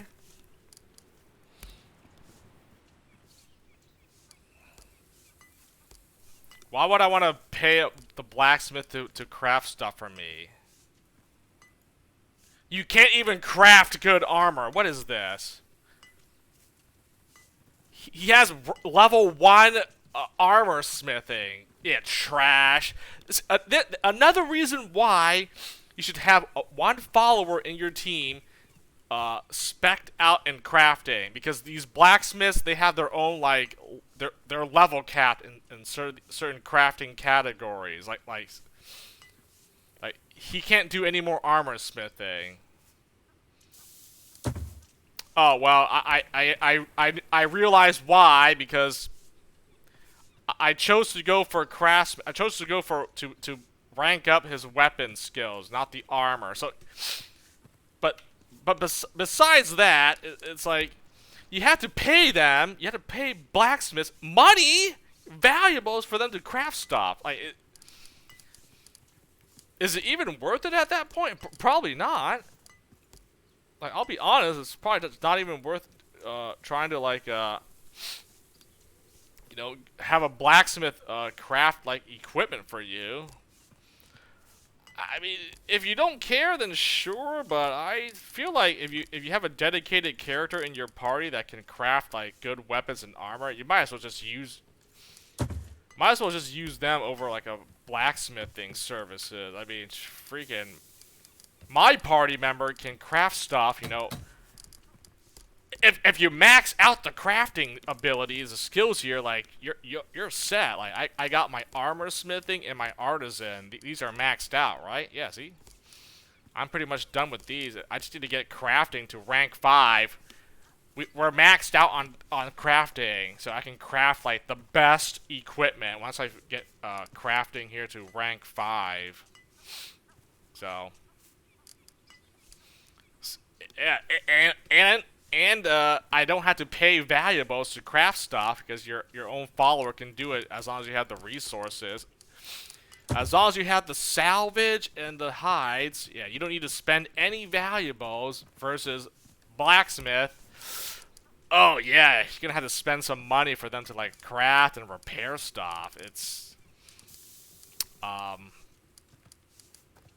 yeah, it's not really worth it, I would say. If you don't have a choice, okay, but I probably wouldn't try to spend resources on that. I wouldn't want to spend resources on blacksmiths in any village, but you know, it's an option.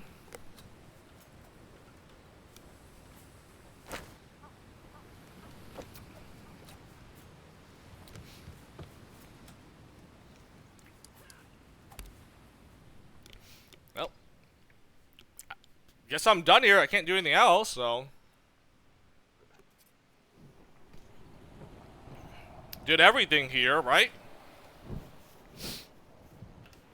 I have 5 days remaining on rank 2 markets, so I'll come back here when I upgrade like the market and like something else or whatever. We'll sail back to home base from time to time to trade for some more thralls or other resources and or whatnot. So.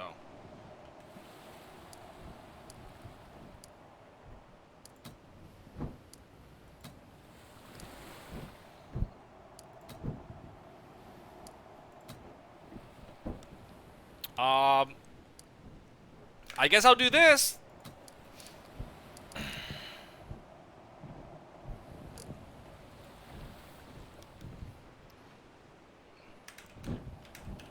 New level exploring. Or no, not new level. New area explore.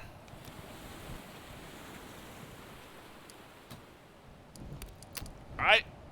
New area. I'm gonna spend the rest of the time exploring this level, and that's it. 2 days, 22 hours.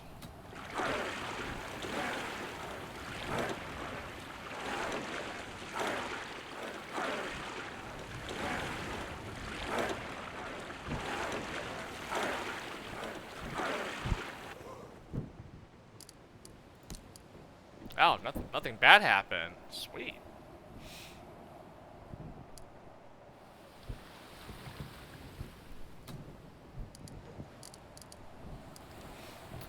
Okay, deploy story characters. Deploy story. I should probably save it up, right? New area. Deploy story characters. Who do we deploy? You know what? Deploy my 2 newest party members. There we go. And then the best friends, these 2. Oh, I need Gunnar. Is he from this? I think he might be. Okay, I'll deploy him. There, done. Northmen. That was the faction name. Yeah. Yeah. Probably play for like another hour, and then I'll wrap it up here for today.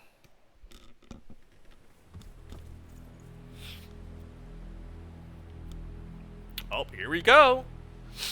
As soon as your feet find purchase, half a dozen haggard-looking warriors come running down the cliff. From their clothes and their weapons, you identify these people as Northmen. The man at the front is short and wiry, but with strong forearms. You estimate him to be somewhere in his early 30s. He walks with shoulders drawn up like he spent his entire life in a gale. I am Stein, the Cleaver of Rogaland. I control this island. Who are you? My name is Alexis Delon Datir. If you need a place to stay while you prepare for a longer journey, you are welcome to camp here. But tell me, why have you brought your ship to my beach? It's my beach now, Stein. I need your island to muster an army. I'm staging a campaign against the kingdoms of Britain. If you and your men fight with me, I'll ensure that you're granted land befitting your contributions. I can go to war with Britain here? What? I mean, that's the power ending. That's the power play. I've come to seek trade partners. Will you be willing to talk terms over a mug of mead? Oh, trading! Prosperity play right there. There's power, there's prosperity, and then there's just like, I guess the raid, you know, the warmongering. A friendly hearth to rest at would be much appreciated.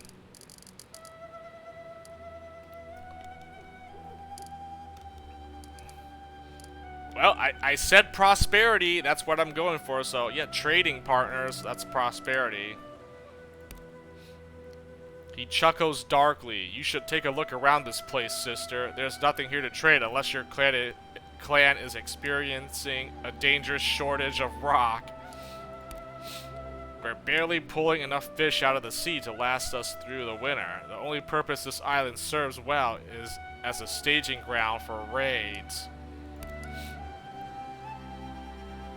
He glances back at his crew. Their expressions are difficult to read behind their helmets, but he must know them well. A mug of mead, you say? Why not? Come then, join us for our midday meal. Oh, okay. Eat with Stein the Cleaver and find a way to take control of Orknajar.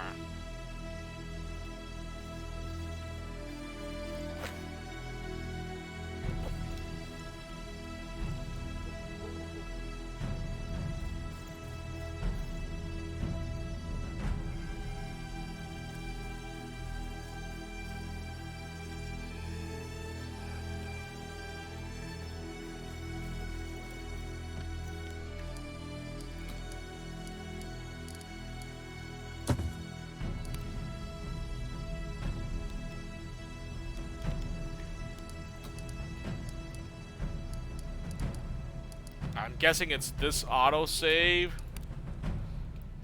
I guess I'll just answer all the different dialogue options and see what he has to say.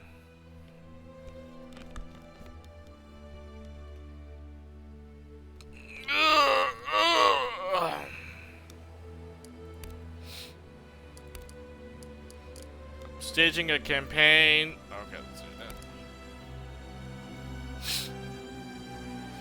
Stein laughs heartily while his men sort of casually form a line on either side of it. You want to control Orknajar, in other words. You want to rule us. You're as audacious as you are beautiful. I should hate to send a woman like you to Freya's hall before your time. Why don't you and your herd join us for our midday meal, and we'll talk it out over a cup of mead. We could use a well-cooked meal. I accept your invitation. We can drink together once you swear fealty to me.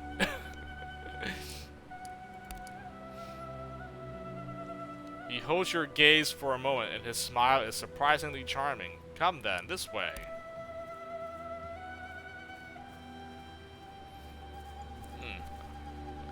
I feel as if none of these will end up becoming, I don't think any of these dialogue options will end up resulting in a fight. Not yet, at least, but...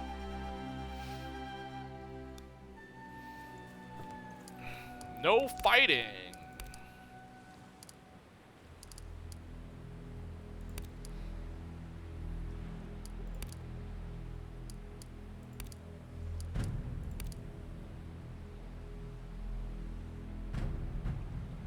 His laughter is even more hearty this time. It is a laughter of admiration. You could swear the man looks smitten. You are truly bold. Very well then. We'll see who is the strongest of us, but let's not fight here on the beach. Come follow me.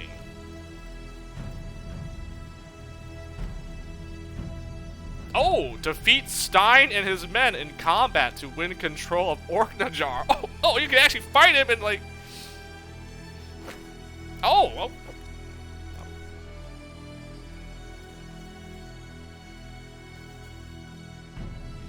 Oh, so you are able to. Okay, let's go.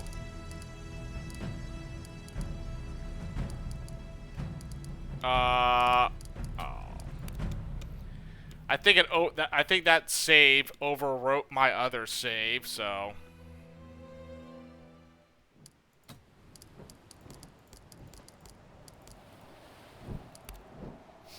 I mean, I could fight the guy and just, that's it, take him out easily, but... I think we're going for prosperity. I'm not trying to go for power here, so...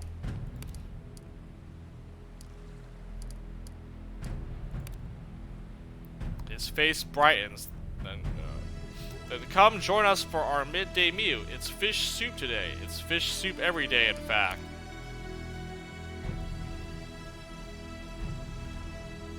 Eat with Stein the Cleaver. Find a way to take control of Orknajar.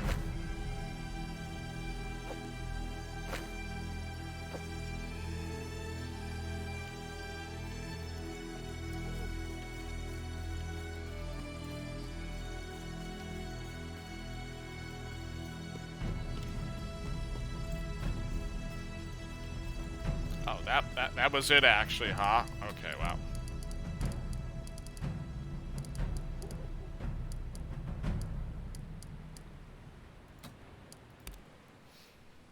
I guess I'll just go with my original first response, the trading, the prosperity angle, so... The people who lived here had a reputation for stalwart endurance, yet it was the first place the Vikings took.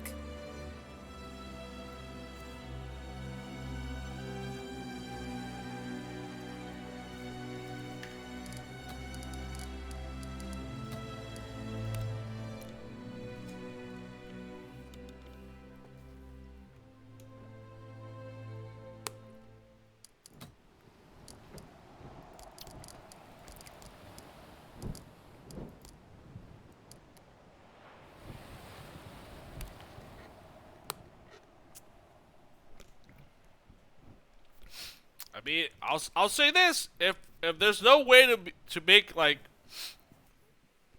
to get like trade partners or prosperity, like you're forced to just fight or something, then all right, how it goes, I guess.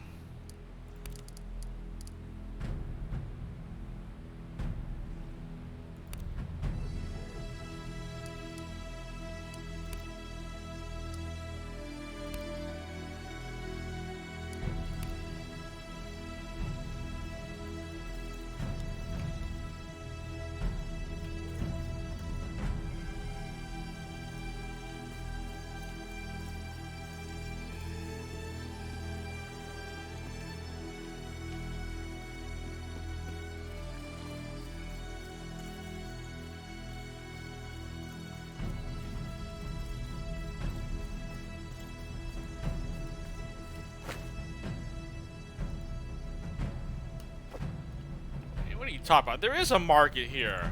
What's this guy saying he doesn't have nothing to trade?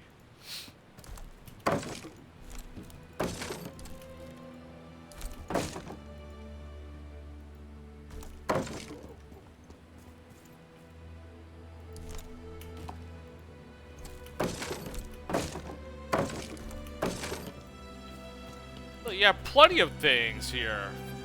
Right for the picking. Resources. Free resources.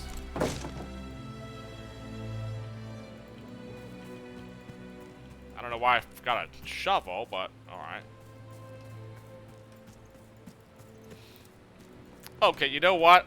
As much as I want to keep looting here, I will just loot these things off stream. But let's just fully explore this map, get side quests, talk to people, and then that's it for today. I'm like, let me not get carried away. Let me just explore the map here.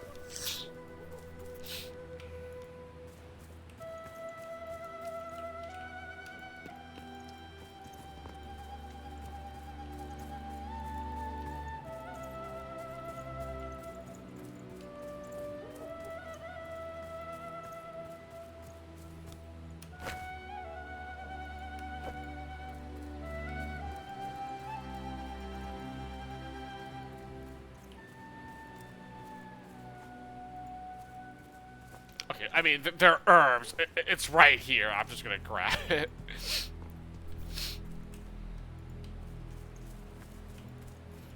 Okay, this doesn't seem like a big, like a big village or area.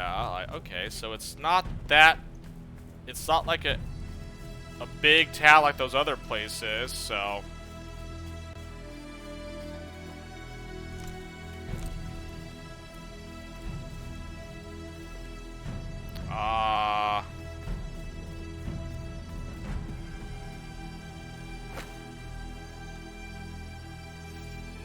Oh yeah, there's literally nothing here. Oh.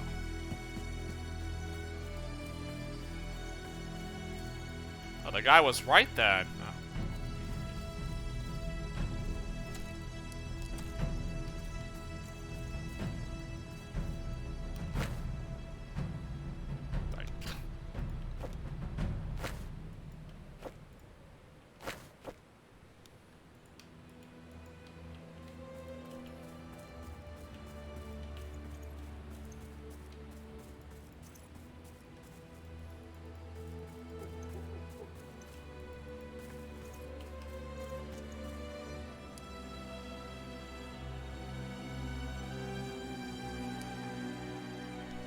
Oh, what?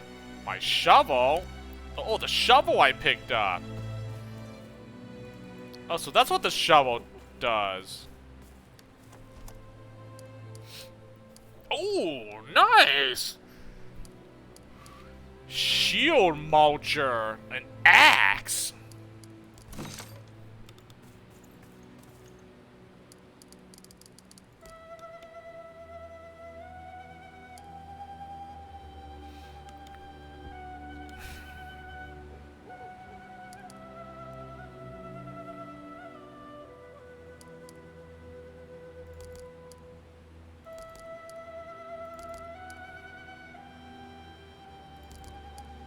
Unfortunately, the other axe I have is better. This does do more damage to shield, though. More damage, 10% damage versus shields. The base damage does go down, which kind of sucks. But you know what? It has a special thing to it, so I'll do that. Howling Witch. I guess I'll put...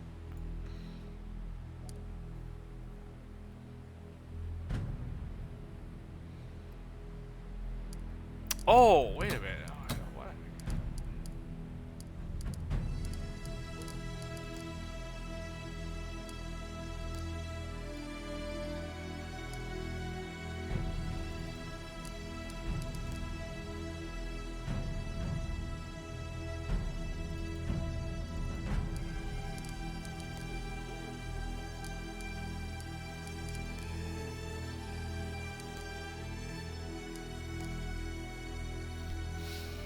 He can dual wield axes. I'm giving Gunnar like a Dane axe, but I could go dual wield axes for this guy. I obviously need to put points into axes and to this dual wield ability as well if I want to go dual. I'm trying to think, what's the benefit of dual wielding here? I mean, you can use axes or knives, like, right?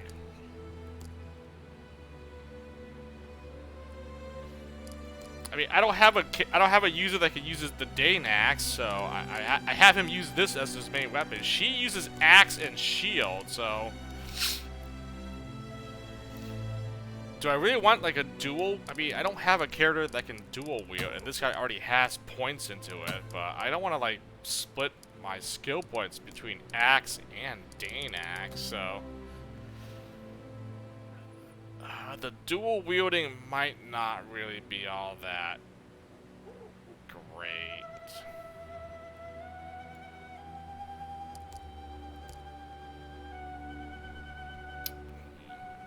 Could be okay, but I think for now I just won't.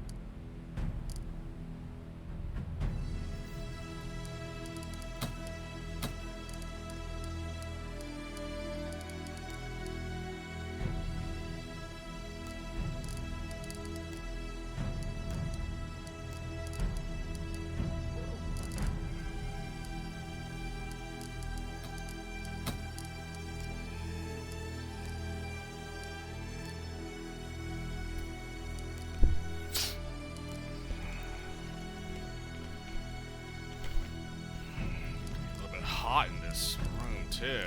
Ugh. What am I doing? Okay, I equipped the new weapon on. Sweet. I thought this was gonna be like another like village or stuff, but there's nothing here apparently. So.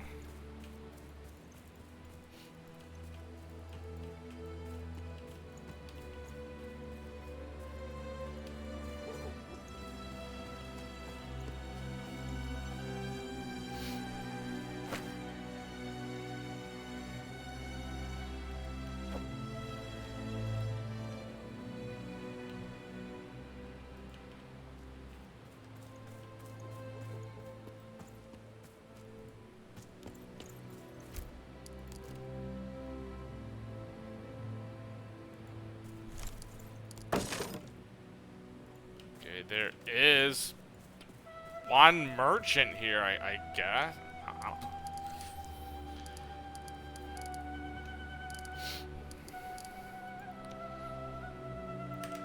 New area, or no, Northland. There we go.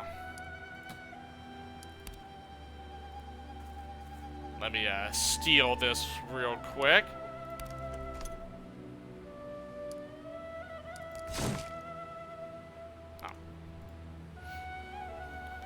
A weather-bitten man with a thick, dark beard streaked with gray stands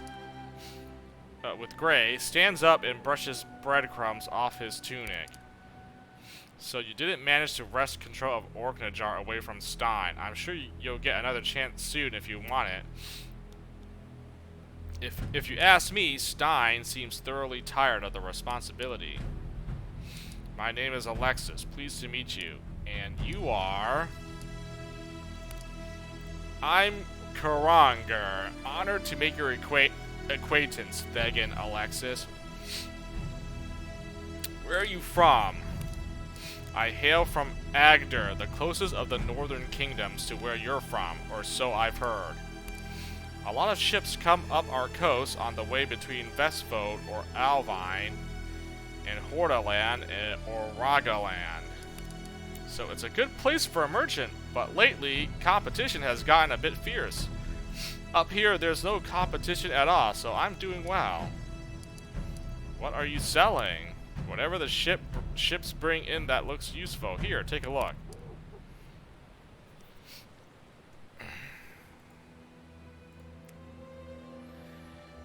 You do have hides. Salvage and hides. Fair pricing, which is not really any better than back home, so.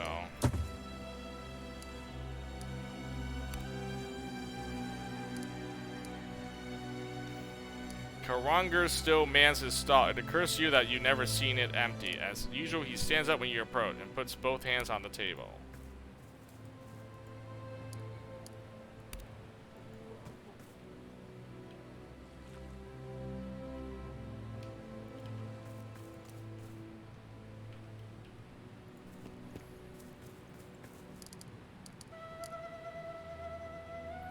So, do I want to have a eat with this guy and find a way to take him, or I could duel him, battle him to gain control of this little outpost or whatever.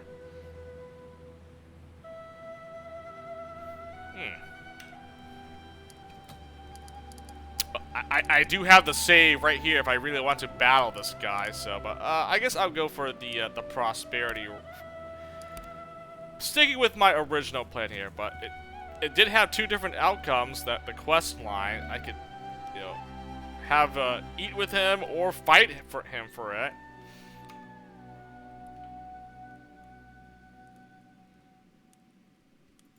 I could also steal stuff in his home here, but I'll just speak to him. Stein leads you into a low cabin built out of large rocks of granite. A longhouse this is not, but it's fairly cozy. One of his men brings in a soup of fish and root fruits along with some reasonably fresh bread. Your respective herds eat in the other buildings, so you and Stein have plenty of space. So you're from the south, I take it. Geatland. We're from a place called Skajern in Jutland. What of you? Where is this Roga land? There's too much land! Jutland. Small skip right up by the name of Skur. Like, trying to pronounce these things gets me tongue twisted, and I'm like... It takes more energy to narrate and read this out when it's like I can't even pronounce some of these names here and there. Stein allows a glimmer of melancholy, presumably caused by homesickness, to show through in his voice. It's a kingdom between Hordaland and Agder, right across the sea from here. It's a beautiful country of billowing mountains cut through by deep blue fjords. In the summer, the sun flows through the midst there like ribbons of gold, and melted ice trickles down the mountains in 100,000 small streams. In the winter, the snow turns those mountains into clouds of shimmering light, and the fjords freeze almost to the bottom. That sounds incredible. You must really love your home. That sounds like a difficult place to live. It's a harsh country. Even the plants are rugged, stubborn things. You don't realize what home means to you until you're away from it. Do you skate on the fjords in winter? I know the feeling. I'm starting to miss my own home quite a bit.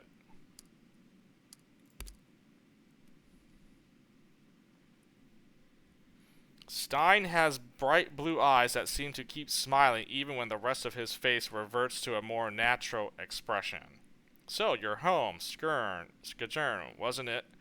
You're the Thegan there. How did that come to pass? My father was Thegan before me. He met his end on these islands. There were other challengers, but I won the right to succeed him.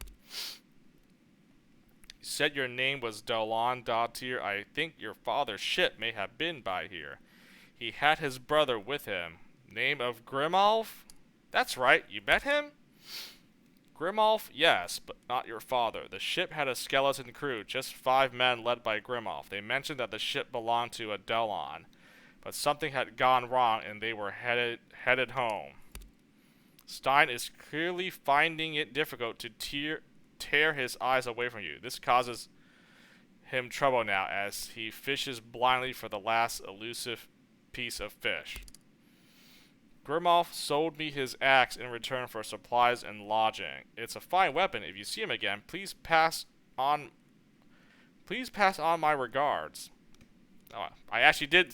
I did meet the uncle again when I came back to Skadjurn before I sailed here, but I will. He stayed behind in Skadjurn. It seems he had enough of raiding. Maybe if a chance comes up. Stein snorts, generating a small disturbance on the surface of his suit. Can't say I'm surprised. It seemed they suffered quite the series of disasters, though they refused to talk about it in detail. If you think you might have need of his axe, I'll be happy to sell it back to you. It's a fine weapon, but I fight best with a light weapon in each hand, and that axe is too big to use one-handed. A Dane axe, you say? Ooh. If you've been here long enough to have met Grimolf, that must mean you've met School Skullcleaver. You can talk about that later. There's still the small matter of you swearing fealty to me. Why do I care about this? Once, last summer, he came here with 3 ships laden with lumber, meats, salt, and other supplies. He seemed to get along quite well with the crew of Gunnar the Peaceful. Gunnar! Oh, speaking of which, did my eyes deceive me back there, or was that Gunnar on your ship? It was him. He's part of my herd now. You can catch up with Gunnar later. You were telling me about school.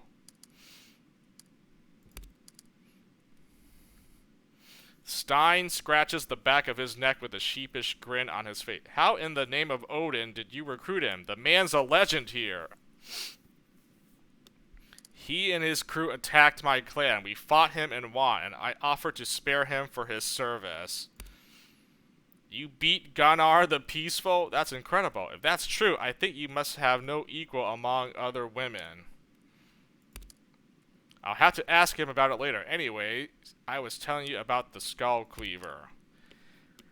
We bought most of School's cargo, and he set out towards the east from whence he came. He left one of his ships here under the command of a woman, which sailed southwest a few weeks later. Can you describe this woman? Yes, she too made quite the impression on me. I would say she closely matched my expectations of what it might be like to meet Heel in the flesh. She made strong advances on me, but I frankly got the impression that certain parts of my body weren't likely to survive the encounter, so I politely kept my distance. He winks cheekily. On a less handsome face, it might have been a lewd gesture. Perhaps the fortune of your arrival here is Freya's way to reward my self-control. Alright, I think we've gotten to know each other quite well. Let's talk about how I might gain the allegiance of you or your people.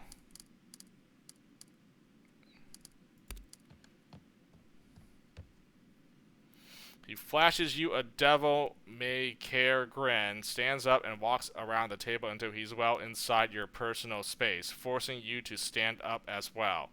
My herd and I have controlled Orknajar for 4 winters now, but frankly it's been more trouble than it's worth. Something needs to change. I was thinking about heading out on a raid again, but that's just prolonging the inevitable. What we really need is more people and official recognition from the kingdoms back home. If you're offering a way to get that, I might fight with you, but my allegiance doesn't come for free. I will give you 2 options. First option, we fight. You and your people against me and my people. We go to the cliffs outside right now and see who fights best. If you win, you have my allegiance. If I win, you piss right off. He takes a step closer, leaving you little option but to take a step back. He nearly pins you against the wall of the house. Second option, share my bed with me tonight. Okay, that's not happening. That's not happening, you sick spook. I knew where this was going as the conversation stirred. I knew it. Man, you can't escape that. You can't escape these these lewd these. Yeah, first it was the seductress. the seducer lady in that one place, and now it's this perv. He looks at you like you're a Valkyrie freshly descended from Asgard. What if, okay, would this conversation have played differently if my leader was a guy? Probably. It probably wouldn't have been like this if my main character was male instead of female here, so. You're the most striking woman I've ever met. It takes much for men to let a woman lead them, and it's clear that you got it, and then some. The way you walk exudes a grace, an elegance that seems to not be of this world. I think you must be blessed by Freya. Bed down with me, and I will serve you for the rest of my life. Stab him. I think you miscalculated the situation. Surrender to his embrace. Very well. If this is the only way to avoid a fight, just don't get attached. Jesus, 3 different romance options. My goodness. Pull him in. Well, you got me all hot and bothered. Show me what you've got. Sounds like a win-win situation to me. Forcefully push him away. How dare you! Get your hands off me! Gently push him away. I'm sorry. I don't return your feelings. Well, think there's only one good option to pick here.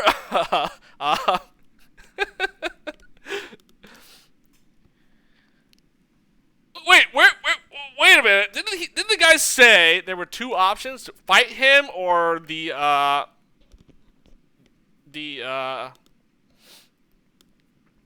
fight him for control or the betting? Yeah, I mean, I guess you answer 1 or 2, that would pretty much, end it there. I mean, I was gonna... Yes, I was going to go for option 6 here, but... I mean, maybe I fight the guy in battle. You could do that.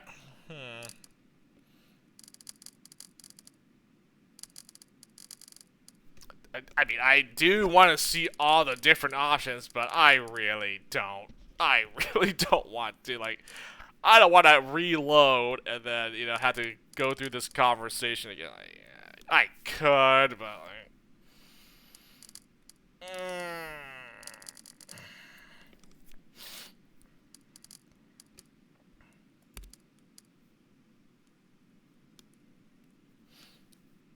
Jagged point of an arrow hurtles into Stein's heart and bursts out the other side, apparently ripping the entire organ out of his chest. I didn't choose to stab him, did I? What? He takes a couple of steps back, dies on his feet, and is immediately reborn with a thick layer of granite over his skin. Forgive me, I misjudged the situation. I will prepare my crew for a fight. Oh, okay.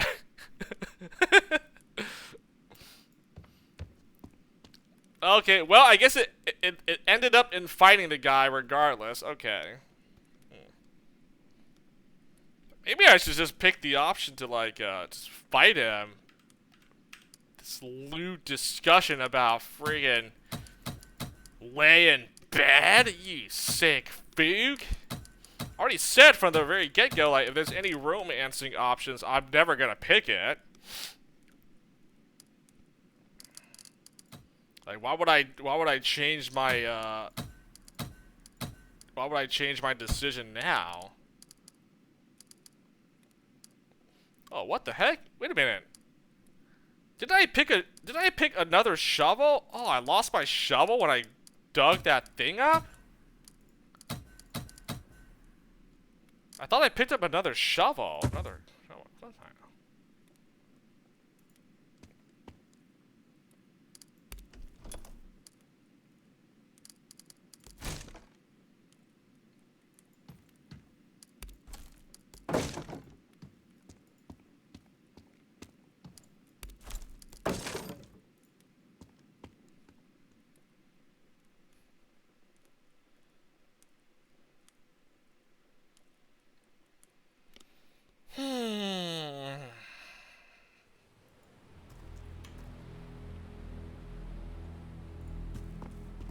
Well,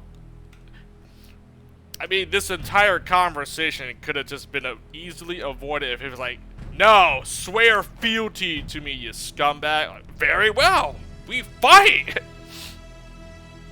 It still ends with me fighting the guy here, so.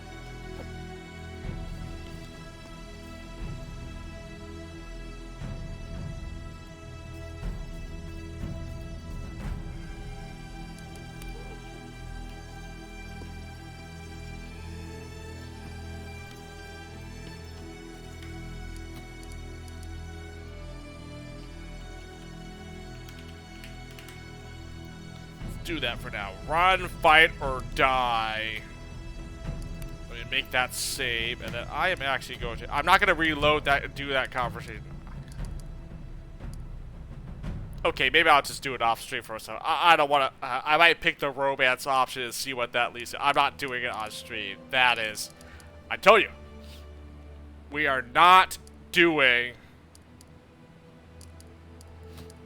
We are not doing any romancing, so sorry if you're curious and see how that those options play out. I'm not picking those options. Not even The trying people to. who lived here had a reputation for stalwart endurance. Yet it was the first place the Vikings took. I'm not even gonna do it as just to see what it does, and then reload my save. So. I could have sworn I had oh my gosh,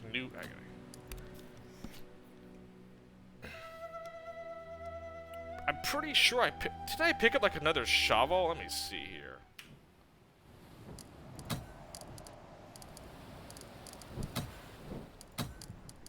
I thought I had a shovel as a quest item, and now it's not. Okay, well.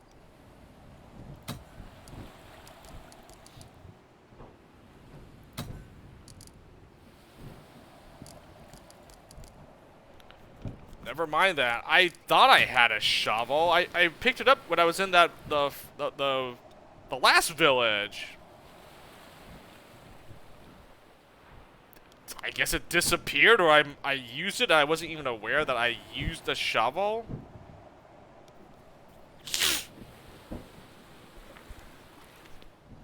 Yeah, it says right here, shovel. Yeah, okay. I probably didn't. I don't know.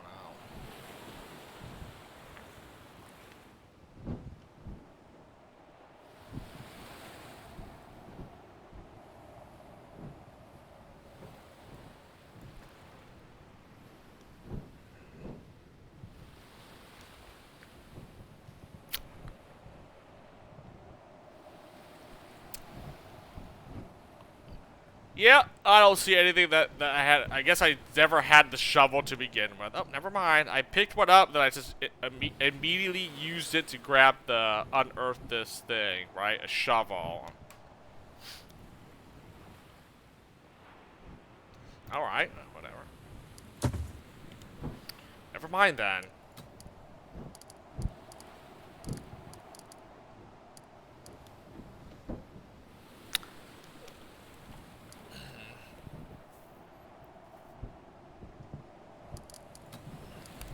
Okay, I actually might do this a little bit differently then. Rather than have this conversation with this guy. I mean, it didn't go anywhere. Guy was trying to be... Guy was trying to... He wasn't the seducer, vixen lady, but he was like, you know, trying to, you know, trying to, you know, get a little bit of, action.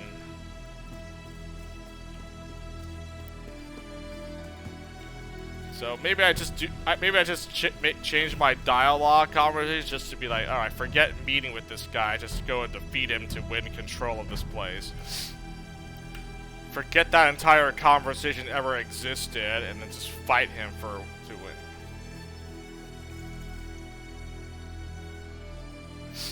Stein looks like he's fully recovered from having his heart torn out. Paces back and forth in front of his herd, feeling the weight of the shield in his hand. Right, ready to show me what you're made of? Before we begin, will you sell me my uncle's axe? If we beat you, you'll join up under my banner. You better believe it. Come on. So you can use it against me? How about we sort this all out after the fight, eh? Unless I die, then you can just take it from my cold dead hands.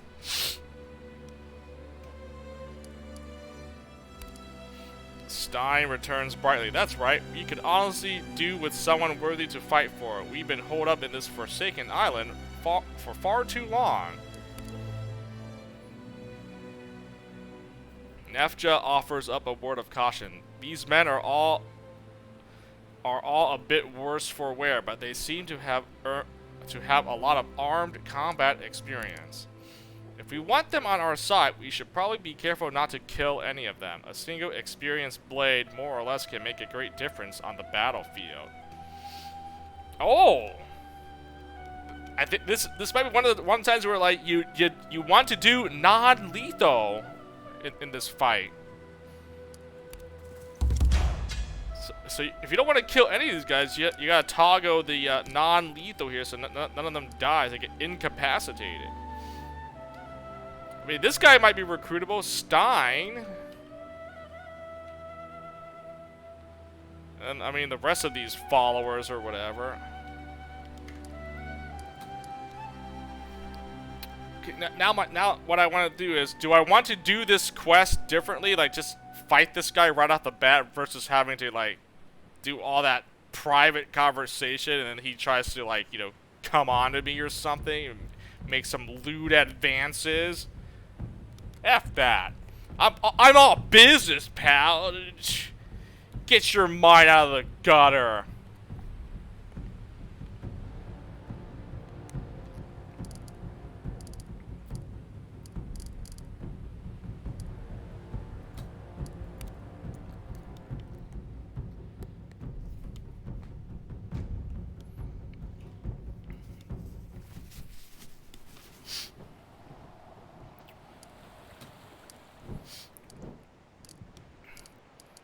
Alright. It's a fight you want, you got it. Okay, I'll use her, one archer.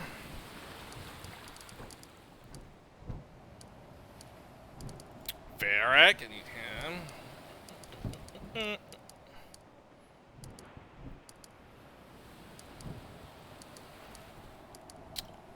Okay, I already got an archer. I don't need more archers, do I? Oh yeah, we'll use Gunnar. Yeah, let's use Gunnar, and then I need a healer, Morgan. We'll just deploy. I guess we'll just do this the quicker method.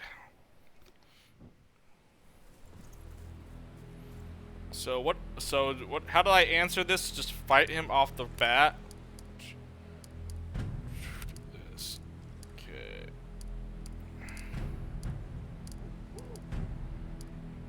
Okay, not 3 and 4, so it's what, 1 and 2, right? These two.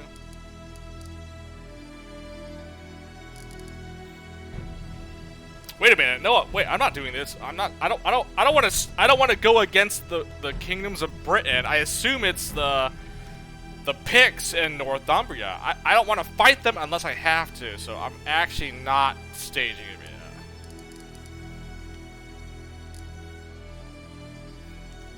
I mean, I guess we're recruiting guys to help with the situation with the Skull Cleaver guy, right? Yeah.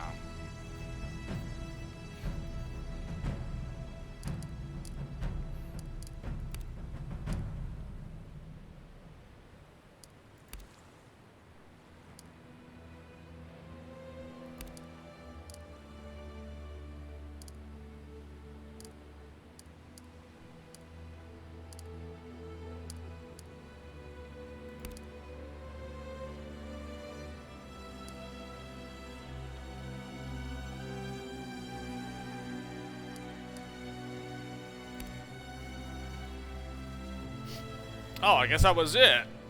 Defeat Stein and his men in combat. Okay, so I skipped the meal. Yeah, F that. I guess I gotta do all this again, unfortunately.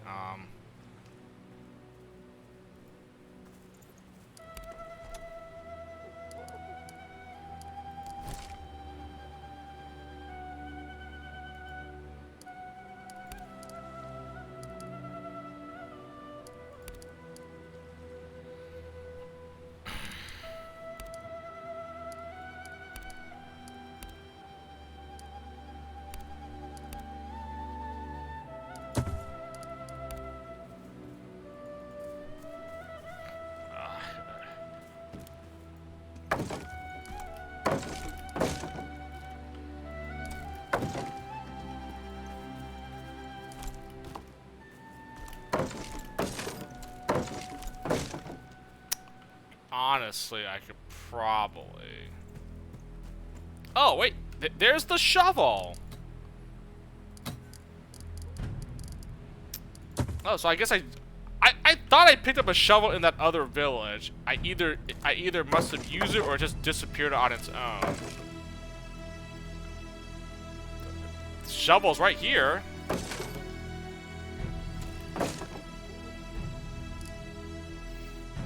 Yeah, okay, now I have a shovel. Okay, whatever. Then I used it to dig up that one treasure that was like, where was it? Like here or something?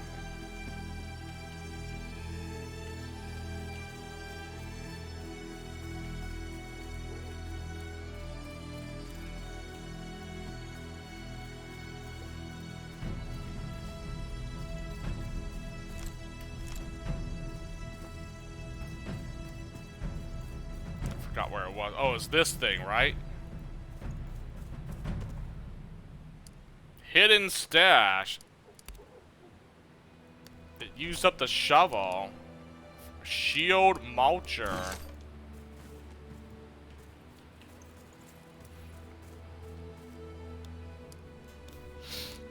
And I didn't deploy her. Whatever.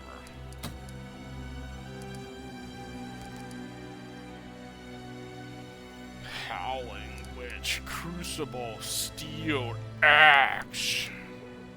I just give it to him, actually. Do what we with that. Ouch.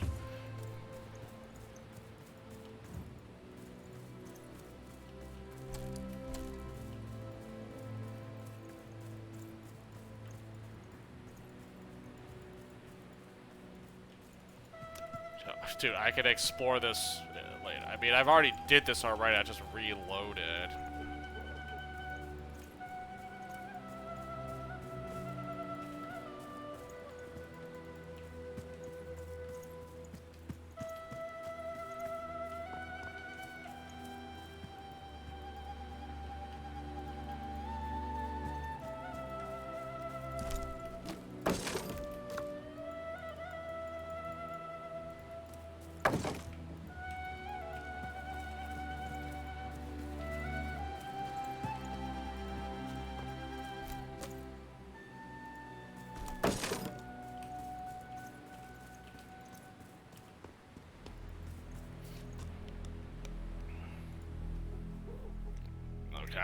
Can I loot his house? He's not in here now. Might as well do this and fight the guy.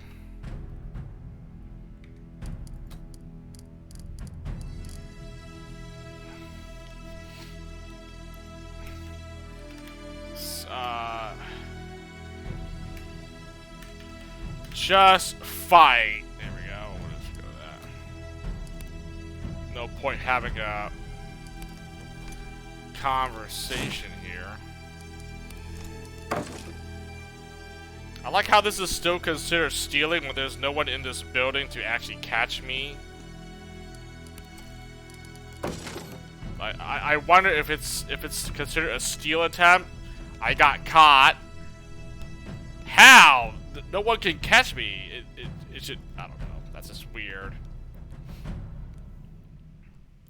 Like, if there's no one there to actually, there's like no actual NPC in a room with you. Like, how is it stealing items from that? It just should be, you just take it without any without that as a popping up.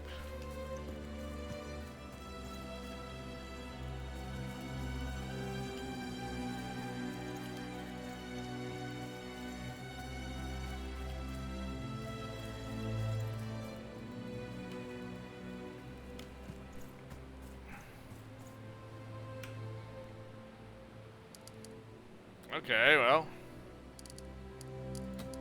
I mean, the other option, or that other how I did that quest the first time, it just led to freaking romance options, which I had no interest in, and just more talking. So this one, we just got straight to the point. Fight this guy, beat him to gain his loyalty or whatever.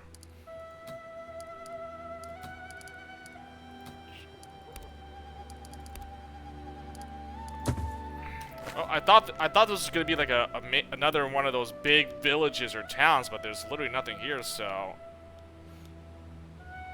I guess I'll just beat this guy, do it, and then wrap things up here. It's already dark. Yeah. Stein looks entirely fired up for a refreshing skirmish. He paces back and forth in front of his herd, who give an overall impression of being tired but determined. Right, ready to show me what you're made of. If we beat you, you'll join up under my banner. Oh, he doesn't even have the axe, because I never had the conversation with him. That weapon, he said. Oh, maybe that's the difference. I get like a really nice axe if I had that conversation with him earlier. Stein returns brightly. That's right, we could honestly do with someone worthy to fight for. We've been holed up on this forsaken island for far too long.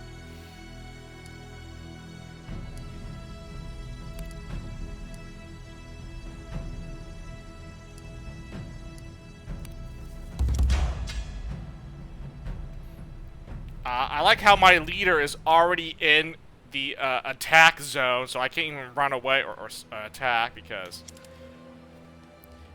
I mean, do I even get a chance to, like, reposition or anything? Or, like, sorry!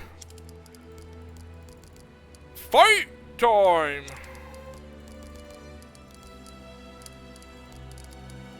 Also, I need to do some rearranging of abilities and skills here. Oh my goodness, what the foog?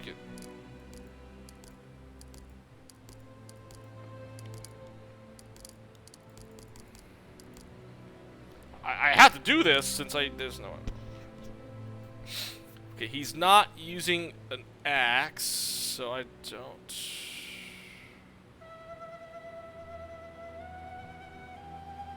You're not wielding the right equipment. That's for the dual wield axe.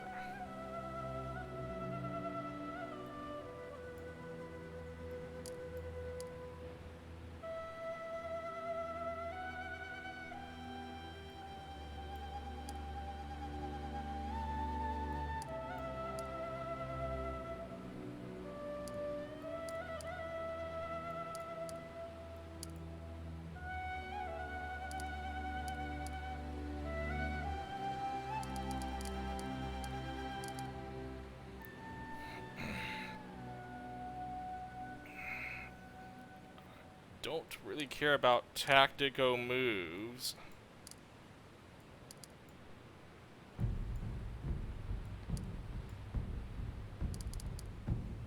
An interrupt. I don't use a ranged weapon, so that's pointless.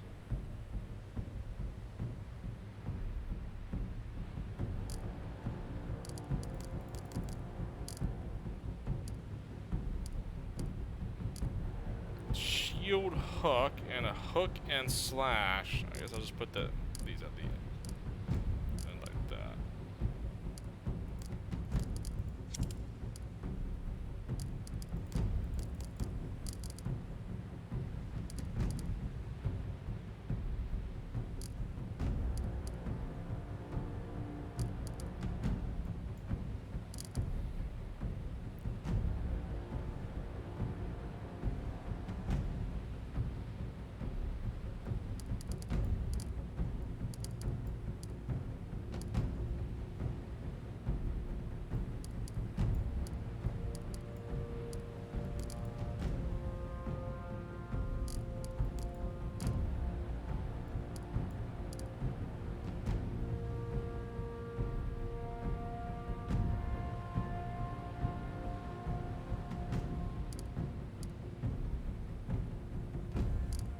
Tactical move. I don't care about interrupt. There we go.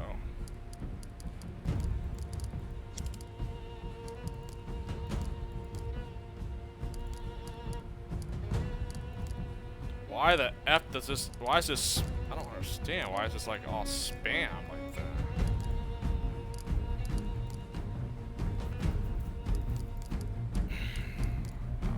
I don't know how this happened. I don't remember doing this, but it must have.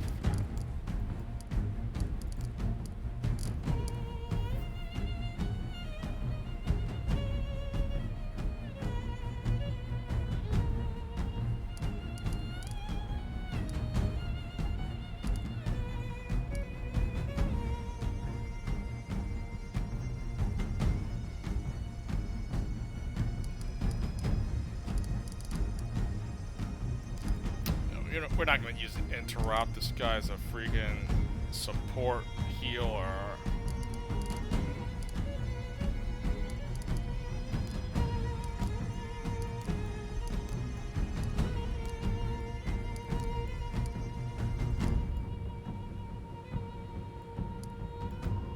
Tactical move.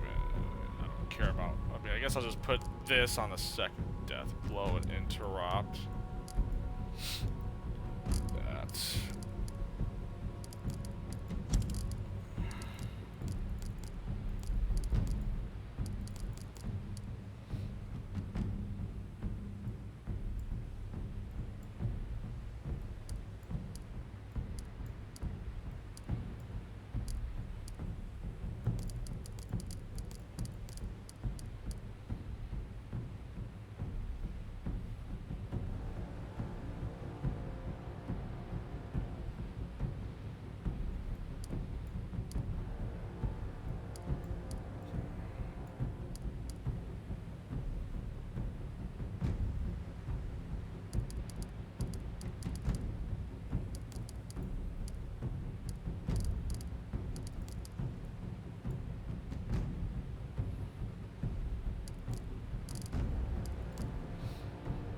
Alright, there we go. Oh. Toggle non-lethal. Right. You don't want to kill these guys if.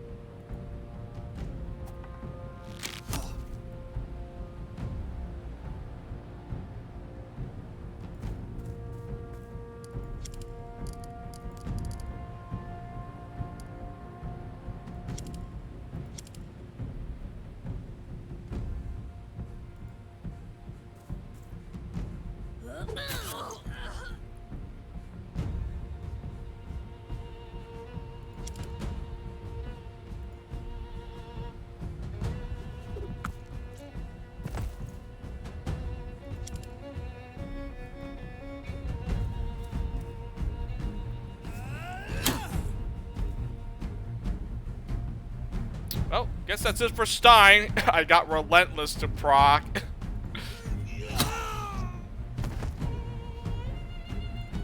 Yeah, Relentless Assault. That thing's way too good at what it does. Oh.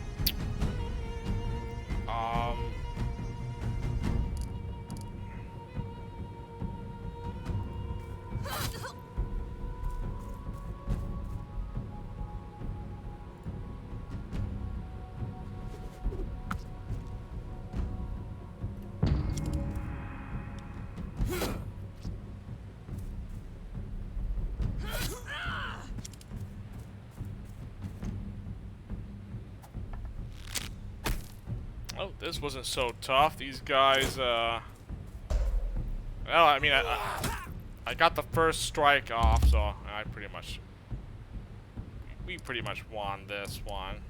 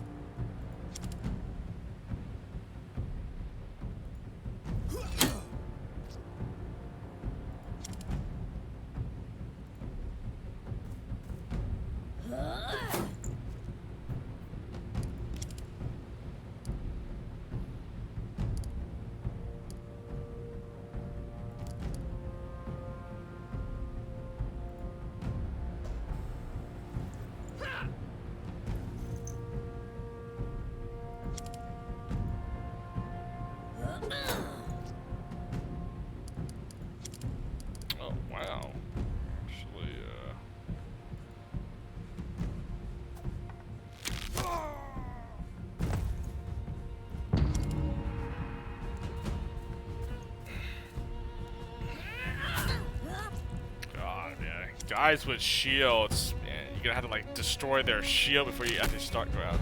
Yeah, shields are the best defensive option here.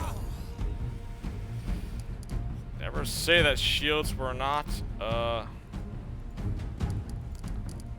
That's what they do.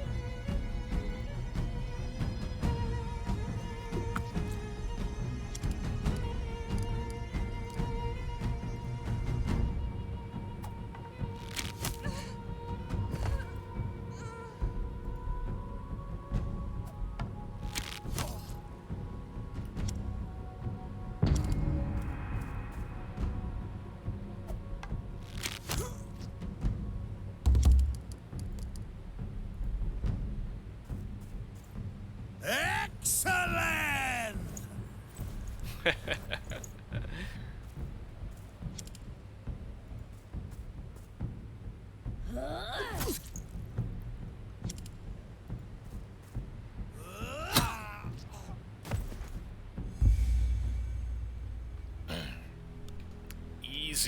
Easy fight there.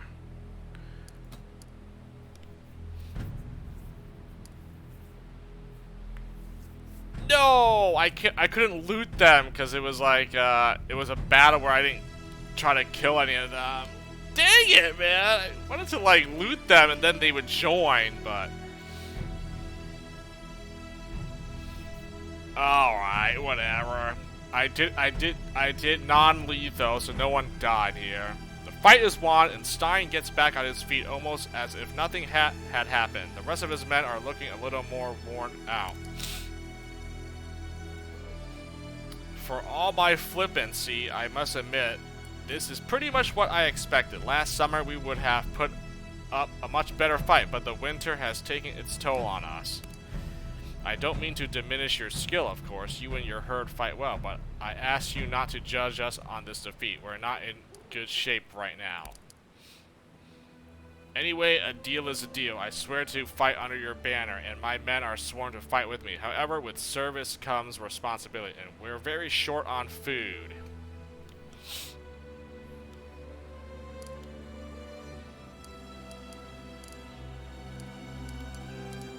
Okay, I would imagine giving different rations might yield different results here.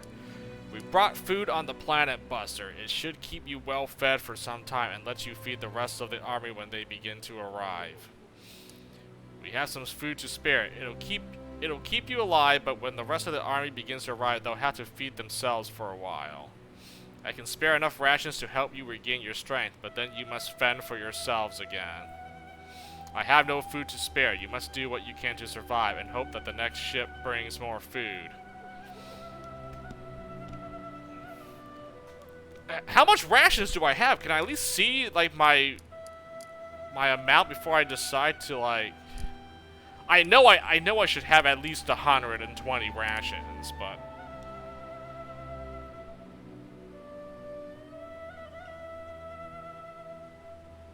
kind of wish I was given the. I knew in advance that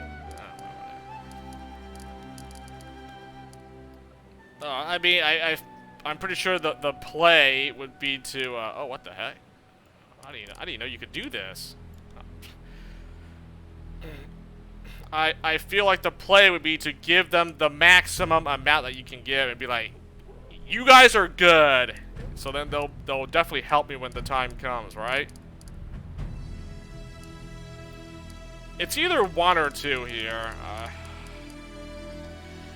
I mean, I can easily hunt for food again and get the rations back quickly. So I mean, all right, I'll just do this.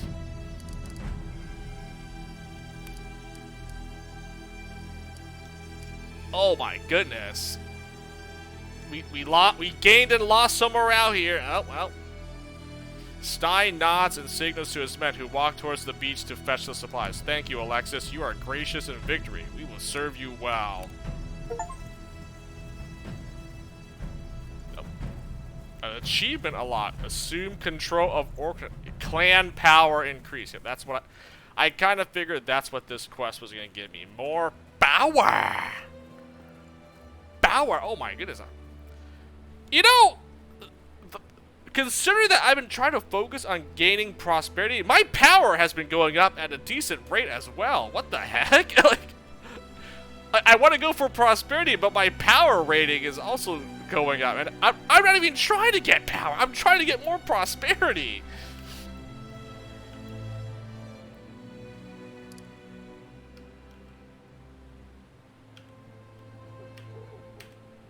Oh. 5 skill points. Okay, nice. Open-minded and altruistic followers gain morale, and the conceited and the greedy ones lost. I mean, yep. Oh, but all of them gain morale. All of it. Oh, because I gave the rations to get another army to help. Okay, so conceited and greedy. Also, how much rations do I have? I have 55 rations. Oh wow. Okay, so I knew I had more than enough to give them. I did sell or trade it earlier for hides, so okay. I definitely need to replenish. I need to restock my rations now. Conceited and greedy.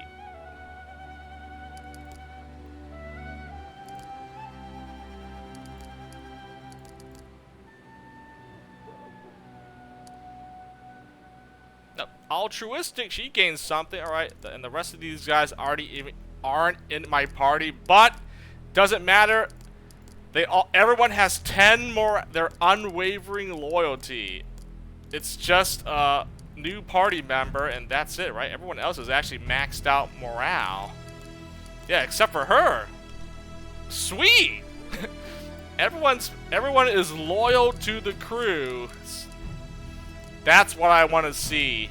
Unwavering morale. Very nice. Very nice. I like that. I like that a lot. So I just need to basically do like these different traits to get her to 10 morale, and my entire herd, all my herd men, my followers, my crew members, fully loyal for the time being. And then, well, my morale is always at I guess it's just heroic. I mean, you can't change her morale. I mean, it's locked in.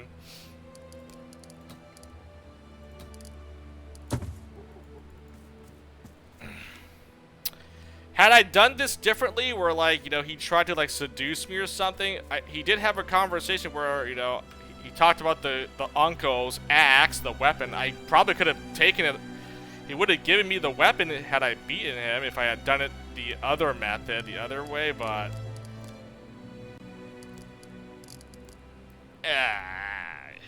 I mean, I already have a strong axe, and I can easily craft it, so do I really need to get another, like, unique weapon? It might be good, it might not be, and I'm gonna say I can probably craft, like, really good weapons anyway, so I don't really need to, like, get another, like, special weapon off of this guy, right? Because, yeah, the other option is, you know, I talked to him, he tried to seduce my character, but then, like, oh, we talked about the uncle, and he had a weapon on him, I'm guessing it was a Dane axe or something. Could have traded for it, but yeah, since I guess I'm not doing that, that's it. Nope, the uncle's axe will not be returned to me. That's fine. Oh, so was that it for this region? I just went here to get this guy's help, basically. Lord of Seals.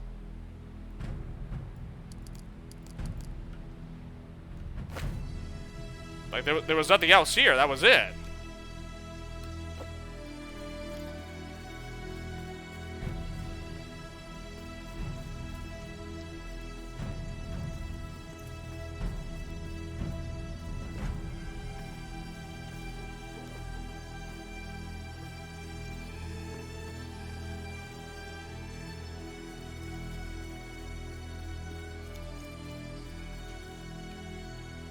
Unless I'm missing something, I don't see anything else in this area.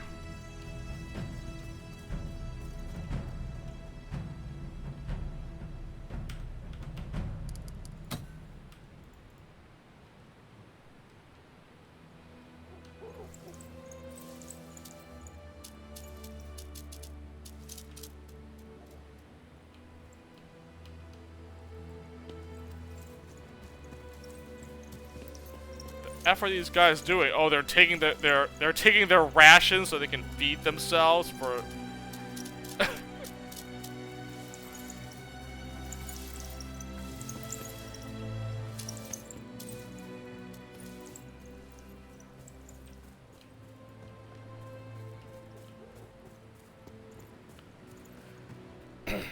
Alright, okay, I guess that was it. I expected like another village when I went here, but nope, it was not. Sweet. Jarl Alexis, always a pleasure. I hope you don't already regret assuming control over this windswept piece of rock. No takebacks.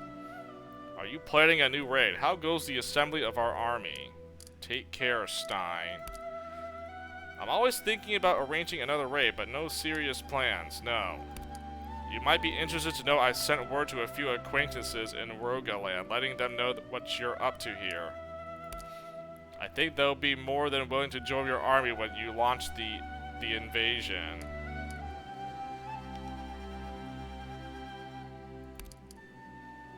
An apologetic shrug raises Stein's shoulder.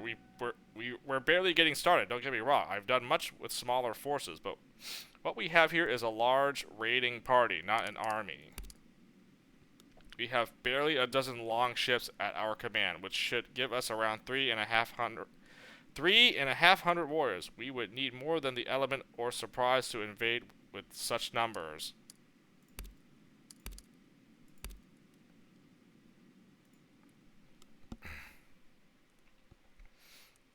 So, by doing this, now I have the option to attack those other neighboring kingdoms. Then is that was that the whole point of doing this quest? To secure it says here. I read this thing. Might be why I've plan to build an army and conquer parts of Britannia down the road. I mean, I don't have to like conquer them, right? That is like that's one available option to do. I just wanted to complete the quest line out of my list here, so. I mean, if it sort of forces me to have to like fight them, okay, so be it. I mean, I guess I locked myself in by clearing the quest.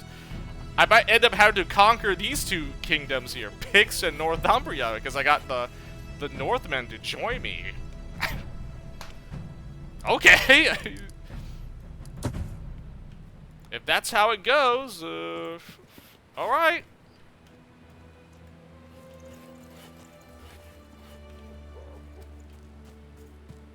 Where the F did these guys come from?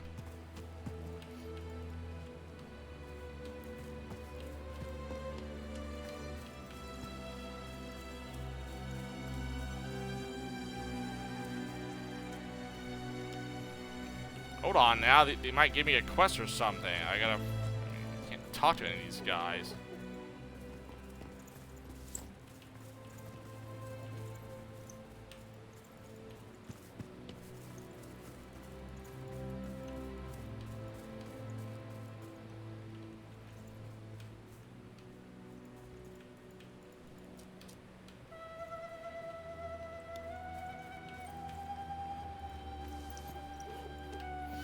Alright, never mind. You can't talk to any of these guys. They're just useless NPCs that you can't speak to. Alright.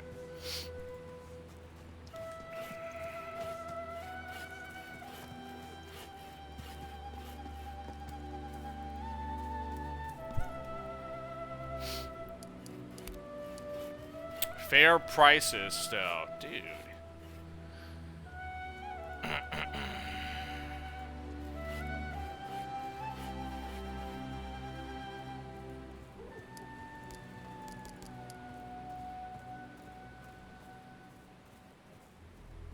Could trade for some meat and then have my guys preserve it to get my rations back up, right? I mean, 180 valuables for like 30 meat. I have 10 on me. I can't preserve that much, can I?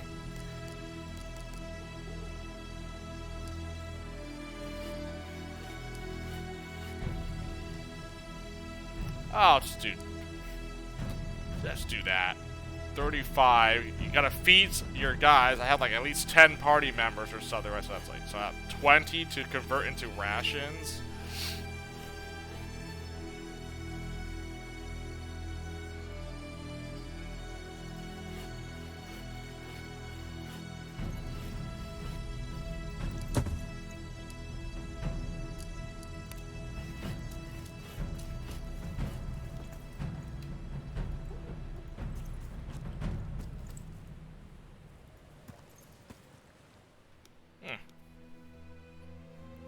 Man, what if if I had done this first, I could have, well, guess it didn't really matter what order you do it in, right?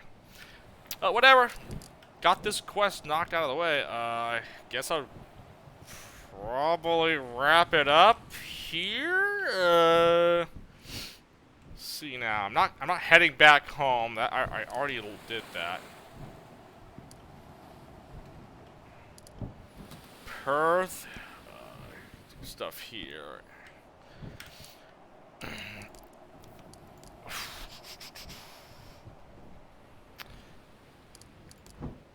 Okay, I do this thing, which I guess I probably just do this, and then we do these two things here for each of these factions.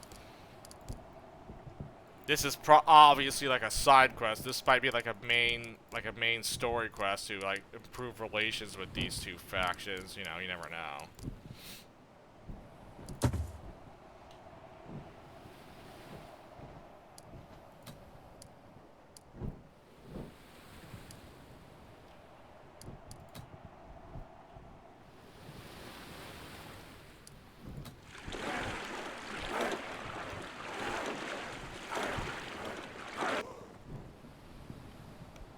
Rough day at the sea. Thor races across the sky and his chariot whips the waves into a frenzy. As the storm reaches a crescendo, lightning strikes the mast of Planet Buster.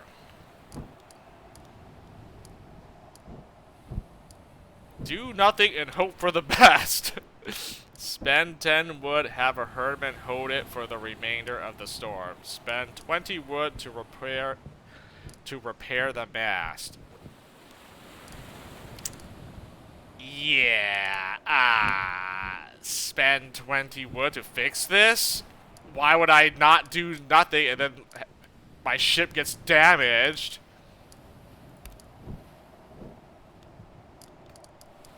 What?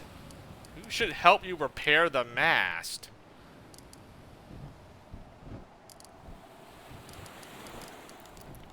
Varric, obviously! With Varric's help, you repair the mast as best you can. Despite the weather, you manage to get it nice and sturdy. Unfortunately, Varric, who is not known for his finesse, ends up hurting his hand. Dude! Dude!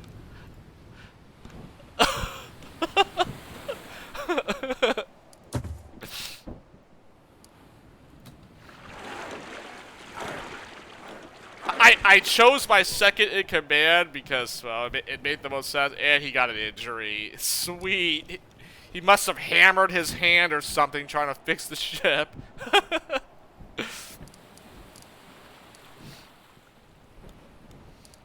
Nice.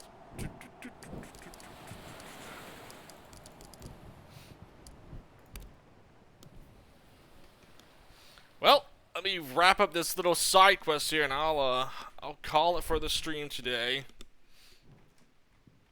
Or I stop here. Let me see now. If this side quest involves me having to fight a dude to get this trinket or whatever, I'm gonna stop here. But if it's just a way to like you just whatchamacallit, use diplomacy to convince him, then sure, we'll Yeah, but yeah, acquire. Blah, blah.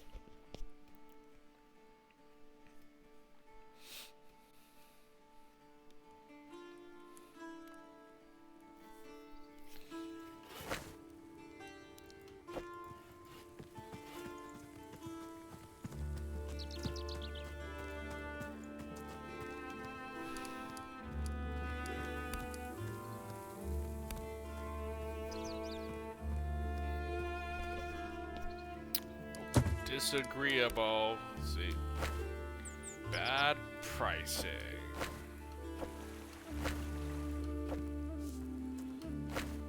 I can still attack the monastery.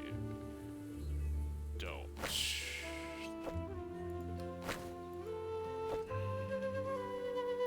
Don't think it's the... I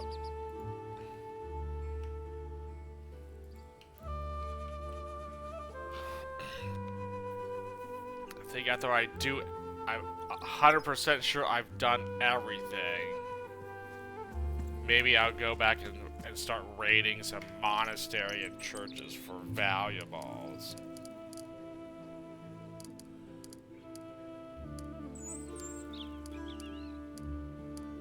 Was it just fight? I don't remember. Back to side quests.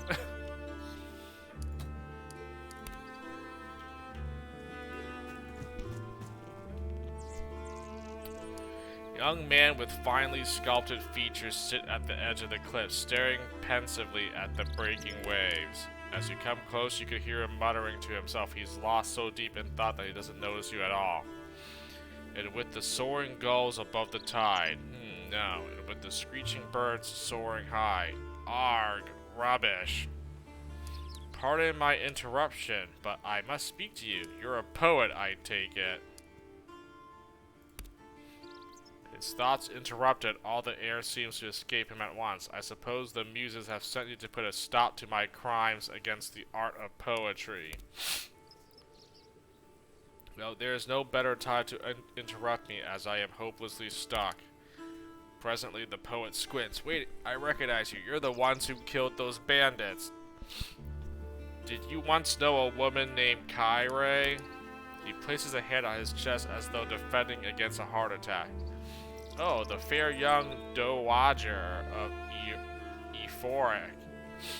Blessed with beautiful dreams, but cursed to live in an ugly world. I remember her fondly. I was charmed by her beauty, but I fell in love with her imagination. I wish, no, nothing good comes from dwelling on the past. She's asked me to get her ring back from you. The ring she gave you, hand it over. Sadness softens his features. Her fairy ring, it was a dear gift, and I held onto it as long as my conscience demanded. Alas, I sold it last summer to a passing merchant. Kyrie won't be pleased. I don't believe you. Give me the ring. You sold the gift she had bestowed upon you? I ought to kill you where you stand. Oh boy.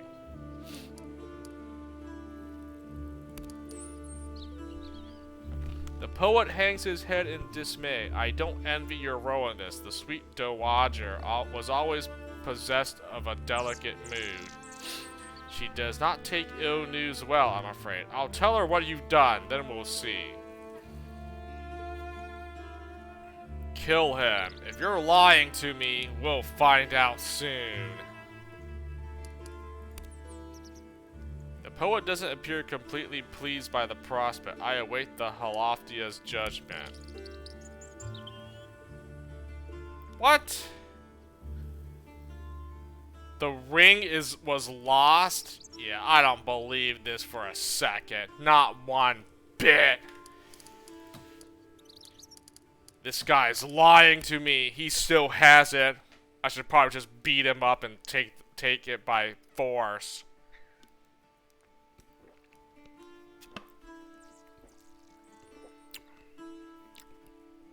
I mean,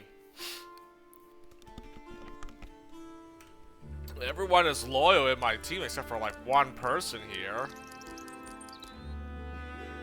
Peaceful, cunning, super. These are not really good traits that I can really boost up morale here.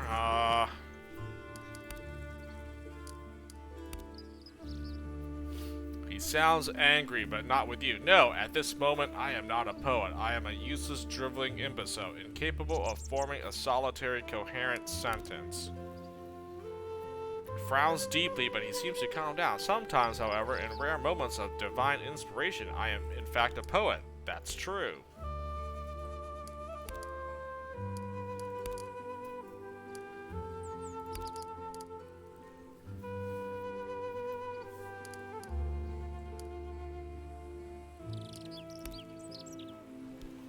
holds up his hands as though to shield himself. I swear it. I have it no longer.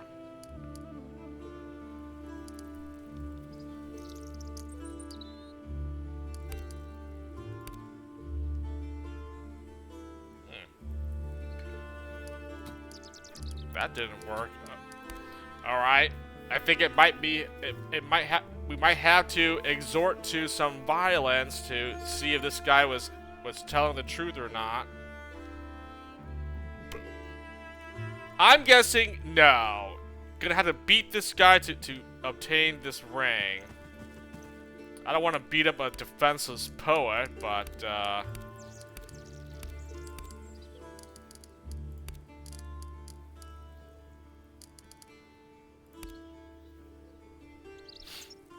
show mercy. It was a lean year and I desperately needed the pants.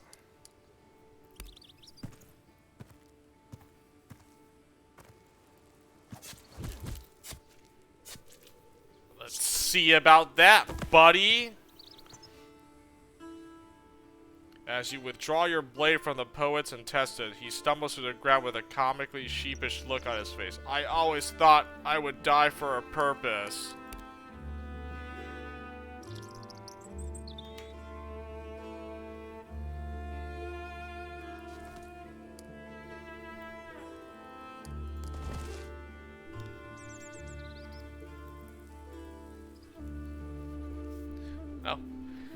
Well, I guess the guy was telling the truth. He did not have the ring on him.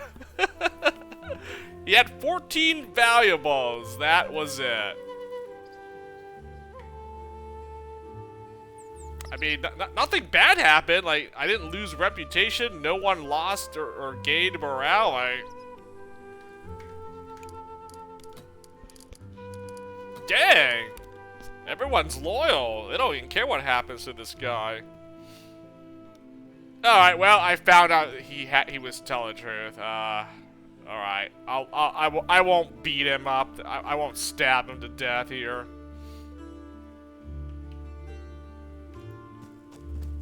You were lucky, punk.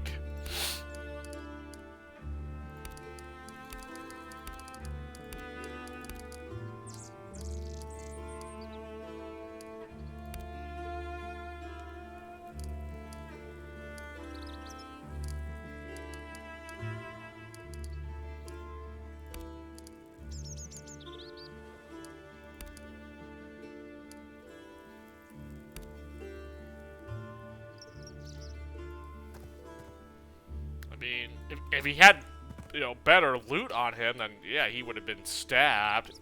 But he had literally nothing.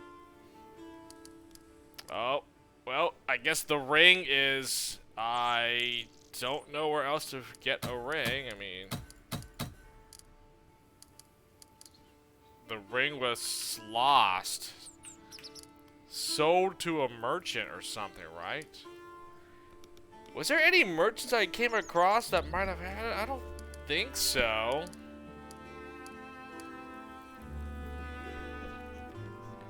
I don't think so.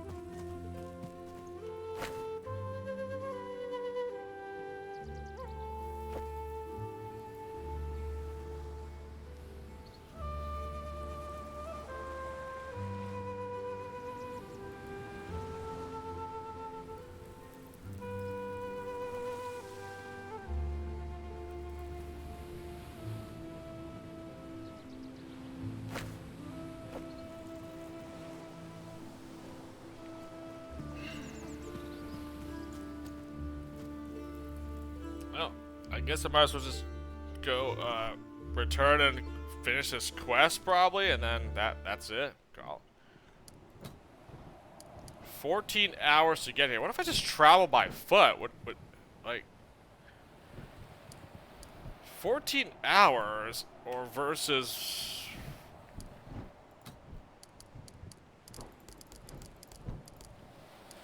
14 hours by ship. What if I just travel there on like foot and see how long does it take? Does it take less time? I mean, I'm trying to, you know, make use of my time in the best possible way, not to, you know, yeah. The game is on a deadline. There's a timer, and if you don't do things fast enough, then you might, you know, lose the game here, basically. So, hence why I've been doing a lot of saving and loading, because I'm not gonna just, I don't want to like travel around and waste time for no reason, because that basically is gonna end the playthrough. I mean, you see it right here. It ends the playthrough a lot sooner. So I'm just trying to make use of it best I can. 9 hours instead of 14. Oh, this is actually quicker. Going by ship, you know, going through the oceans, it takes a little bit longer. This is 9 hours.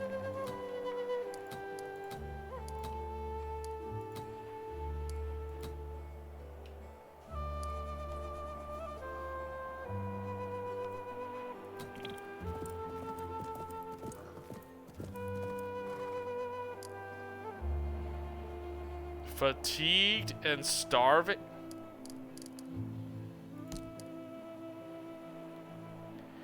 Like, it doesn't even give you a warning while you're traveling. You just see the messages pop up. Like, how do I know when I'm supposed to, like, make camp then? Oh my god. That's like the one thing I don't... That's like the one thing I don't like about when you're traveling. Because I can travel as much as I want. You know, there's nothing stopping me other than, you know, followers will get hungry and fatigued and they'll eventually, you know, not be happy, but I kind of wish they would say like, "Oh, they're going to get hungry or whatever now, like do something about it." I don't freaking know.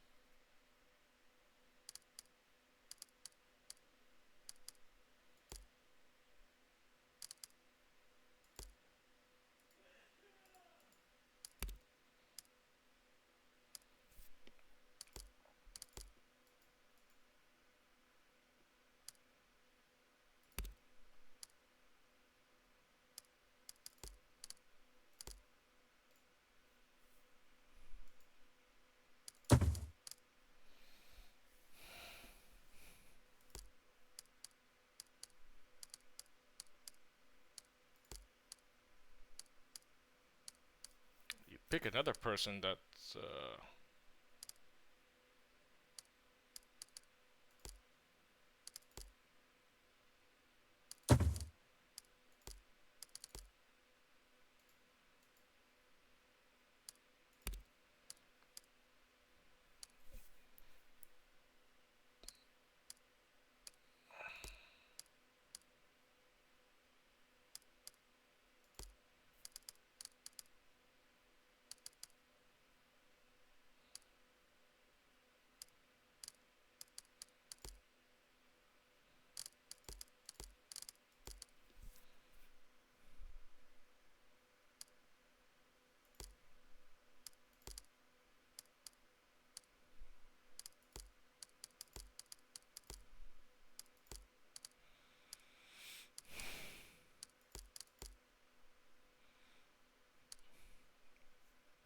trying to preserve as much of the meat here. Like so guarding, scouting, and hunting we're good. Doesn't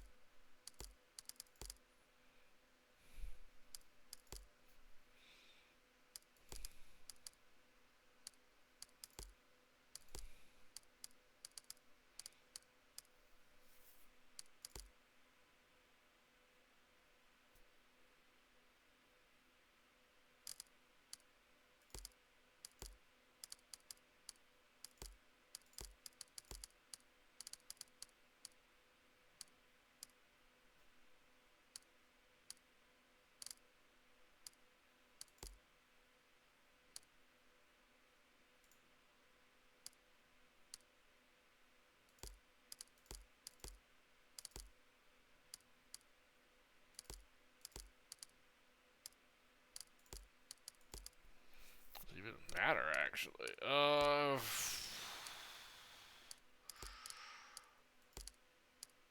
3 meat will spoil. I mean, I guess I could. Yeah, that's everything. But my hunting, I need more hunting. I don't. I want this number here. See that?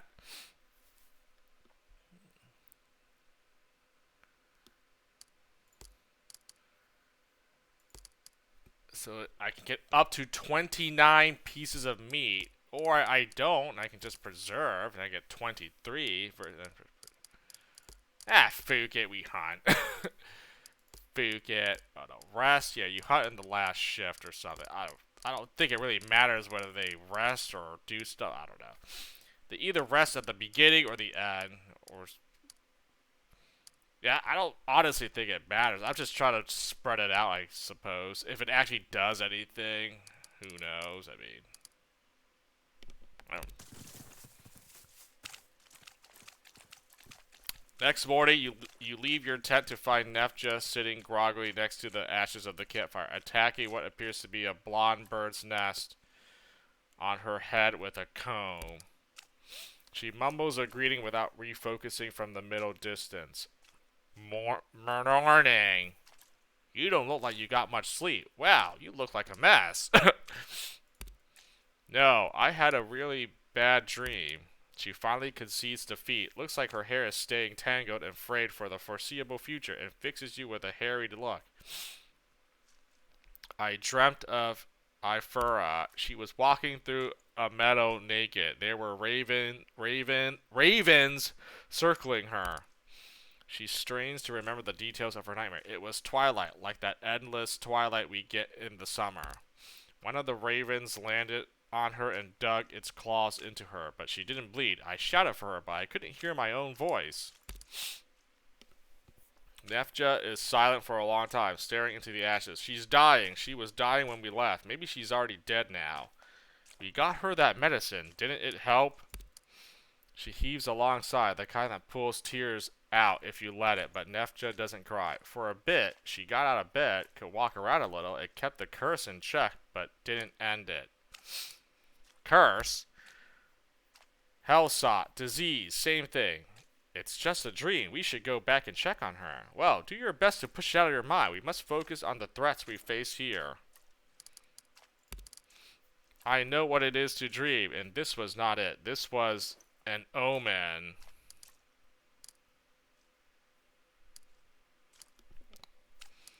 Okay, well, if we go back, we can go check on her. I mean, oh, I would obviously plan to go back to the homestead from time to time once we got like upgrades and whatnot. So I mean, yeah, it could be something. It could be something bad might happen to her sister. You never know. So, yeah, do the nice thing and be like, okay, yeah. She meets your gaze again, and there's fear in her eyes, but she nods. As soon as we can spare the time, if you'll take me back home, I'd be grateful. Okay.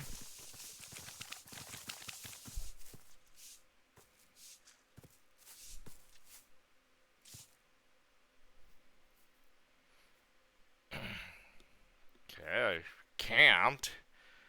Can I attempt to finish the quest here? Homestead market completed. Oh! Oh, really now? Nice.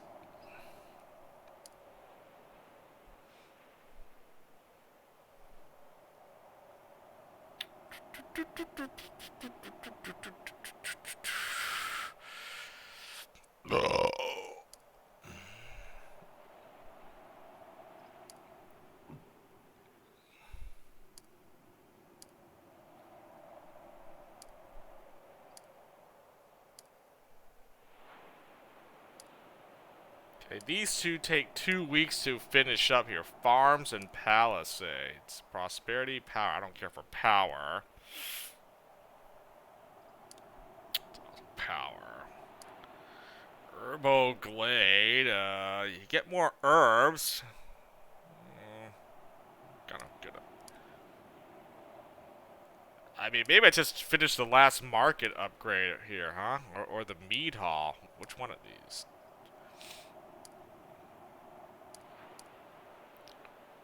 Phuket, finish the finish the market here. Get this over with. 3 days to complete. Oh. Well, I mean, I don't think I mean, 5 days. I'll spend one. I don't need to. I mean, this is nice. It'll be. Think I still have some more business before I go back to home base. Let's just do. Boop. I'll just spend one, I guess. Don't really need to do it that quickly. I feel like I'm doing pretty good with upgrades. I should be able to, I mean, unless it takes like over a month or something, I should be able to upgrade everything so long as I have, you know, the wood and like valuables to upgrade all these things, right? It's mostly just wood, the cost. Yeah, like I should be able to upgrade all of these well in advance, you know, because I have the resources to always do it every single time I'm able to.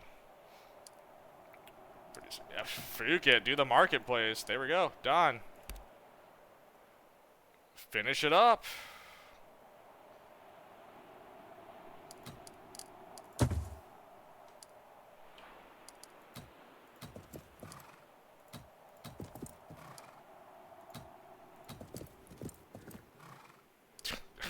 I got more wood out of it. Let's go. We found some more resources.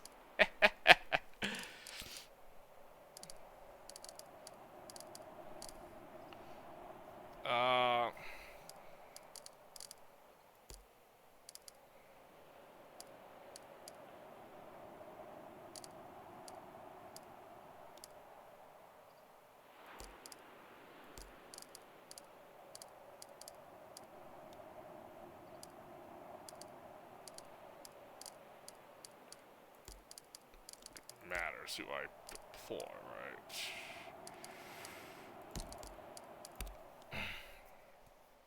I don't think it really matters, but everyone's fully loyal. The only person I need to like make sure that gets their morale up is one character. So always deploy her, I guess.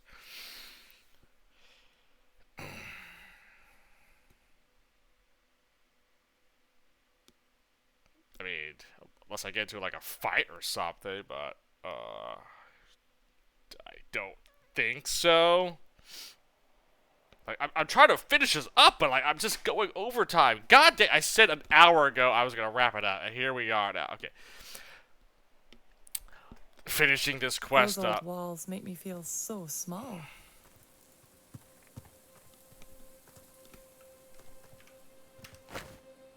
Oh my gosh! I'm like, wait a minute. Am I in the same? Am I in the right place? I'm like, I was in this village when it was at nighttime, so this is like completely different. Where now it's daytime. It's like, oh my god, it's so much different when the day and night here. I thought I was in the other village for a second.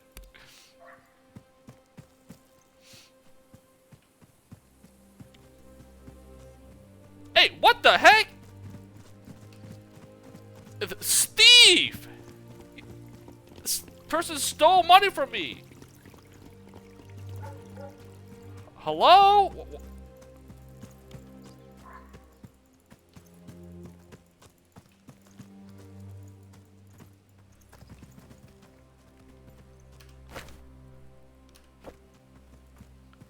I lost 10. Okay. Random pickpockets just run up to you and just steal.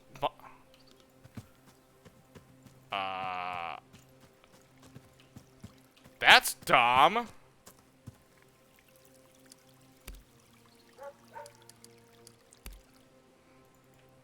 Okay, well, okay, this place looks completely different than the other day because it was at nighttime when I was here, so this is just a little bit weird and awkward to me. The F I'm supposed to go?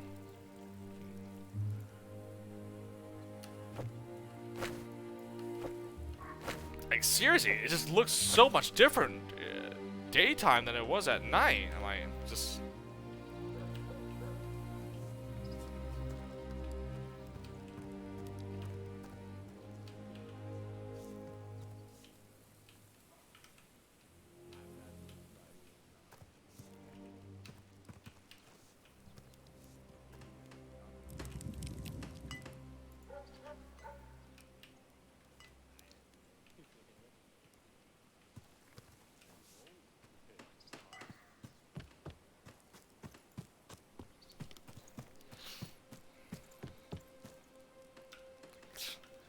Don't know why.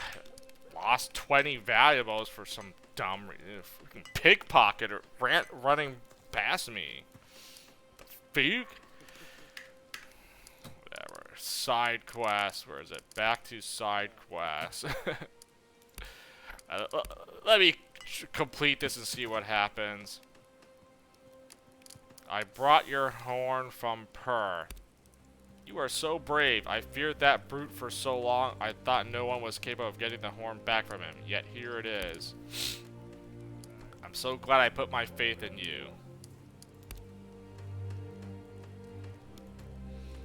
I have bad news. The poet no longer had your ring.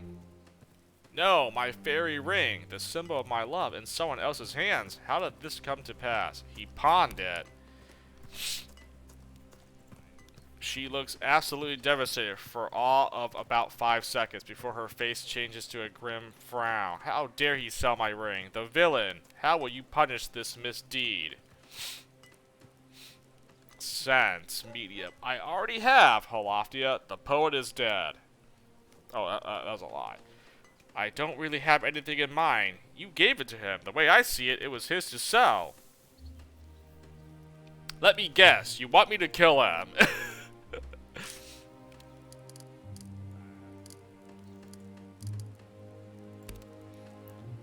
My heart is heavy with the weight of what I must ask you to do. The poet must die. I'm not killing the man for pawning a ring you gave him. Your wish is my command. Sure, why not?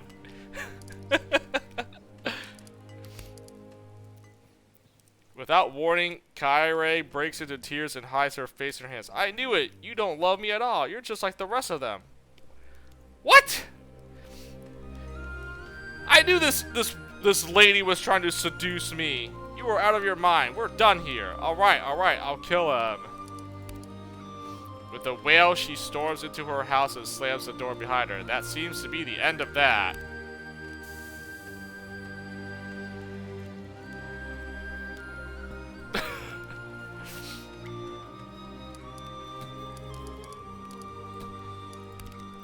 I got 1 skill point for returning the other item back. That trinket. What the fuck is this? Like, okay. Because I didn't return the ring. He's like, kill the poet. I mean, I had the option to, but I chose not to because the guy had nothing on him. It wasn't even worth the effort. Oh, but now she asked me to, like, well, he must be punished for that.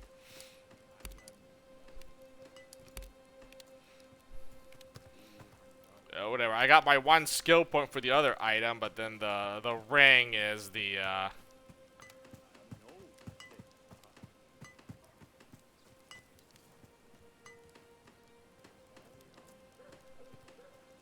Oh, what the heck? Unsavory dealings? Yeah, one of my followers said something. That pickpocket! Somebody is stealing from travelers. This may present an opportunity if you are so... Catch the little brat who's been stealing from you. That's like 3 times that I got stolen from.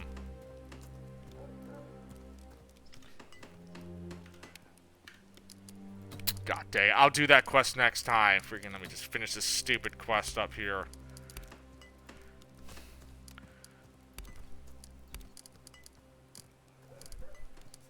You gave it to him the way I... It was no more his to sell than my heart ever was.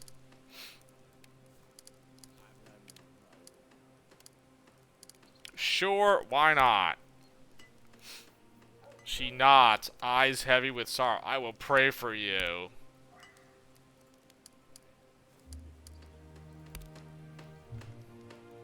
Return to the poet, kill him.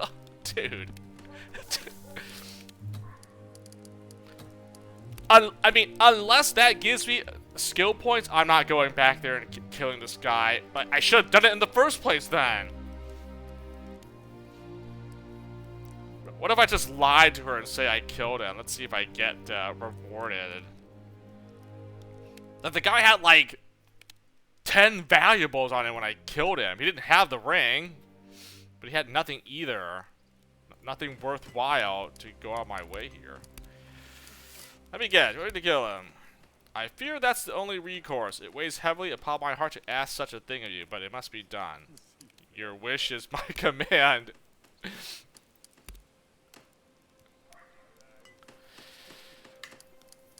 Alright, didn't really do anything. Guess I'll use my sense skill to lie to her and see, just to finish this quest line here. I'm not wasting my time traveling back, killing this guy, but coming back here and telling her it's done. That's a waste of time.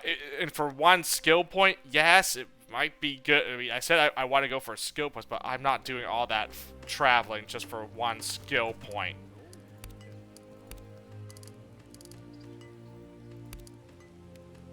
She places her palms over her heart and stares dramatically into the sky. Alas, my dear poet, you must have been truly desperate to betray my love. With your death, your transgression is forgiven. May you find peace in the afterlife.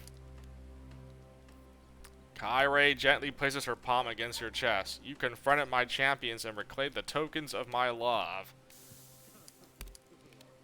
I've been working on a new token for you, infused with all the powers of my love and devotion. Now that all my keepsakes have returned to me, I can finish it at last. The Dowager disappears into her house for a few minutes. When she returns, she's holding a finely crafted talisman of pearl. Here, please accept this as token of my gratitude. Kyrie gives you a sisterly hug, and then disappears back into her own. Biad Yi Gasoon, travelers, may the fairy guide you on your path.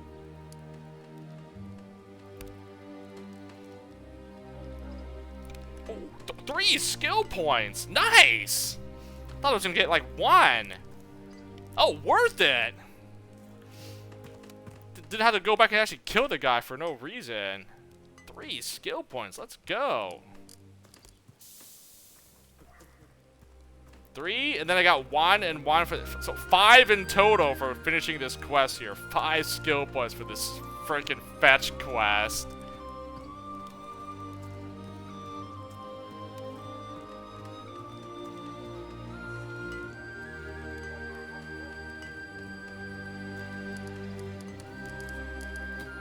And then what did I get in return?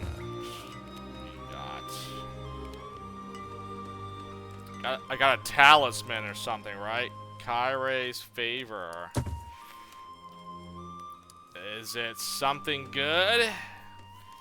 The Dowager of Ephoric gave you this as thanks for returning the favor she gave to her past lovers.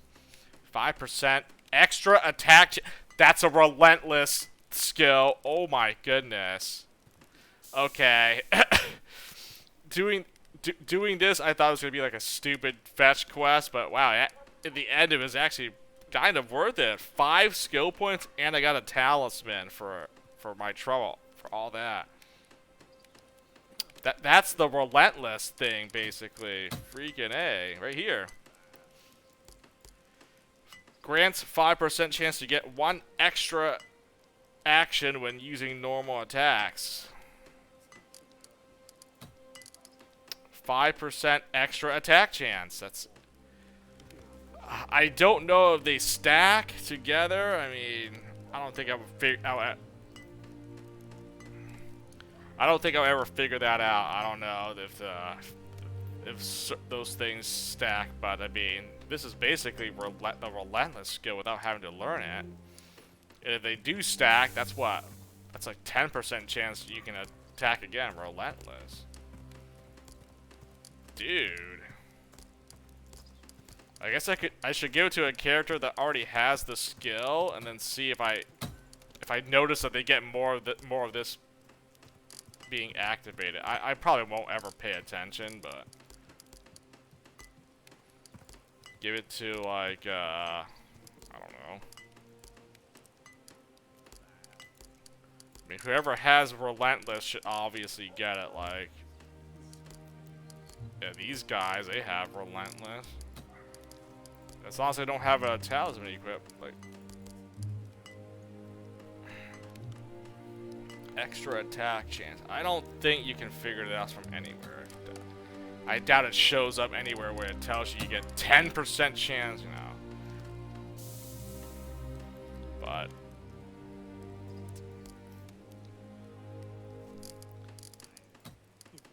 I mean, that's a good thing. So at best, I either get a 5% chance or it's a 10%. Either one, so. Not that I'll ever remember or pay attention to it, but if she gets extra attacks, like, if I somehow notice that she gets extra attacks, you know, cool, you know.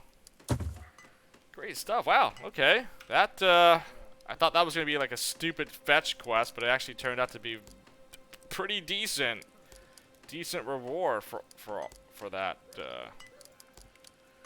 running around the map.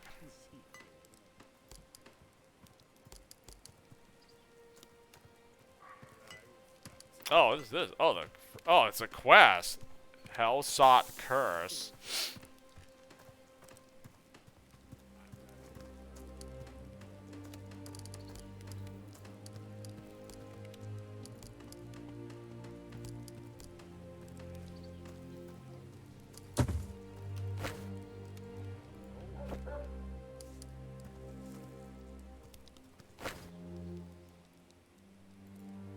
Popper's District. Oh well, there's a quest in this area now.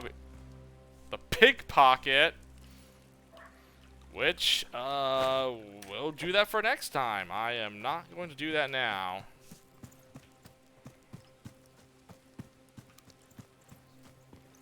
We'll save on the little bridge here, and that's a wrap. I've played long enough. I'm not going to back. Meant to stop like at least an hour ago, and yet here we are. Dude, you know, game's fun. I get carried away, and I'm like, you know, we just can't keep playing. It's Sunday night already. I can't play till the midnight hour. So wrap it up here. I was gonna go to the world map to see something, but there's probably no point. I mean, I do want to see something though, but I did that other quest, right? The Northmen. I met them and I gained them as allies. So I guess if I need an army to fight these the kingdoms of Britain, then you know they are willing to help me.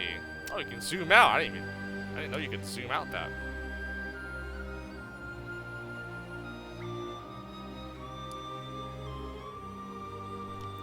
Wow. I don't know why you ever want to zoom in that much, but I zoom all the way out here.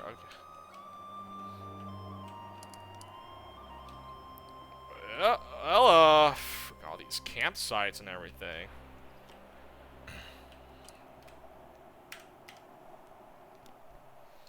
Well, I guess come next time, we'll do either this quest or this quest. Oh, I guess I'll finish the side quests real quick, but I guess we'll resume like the main storyline or whatever.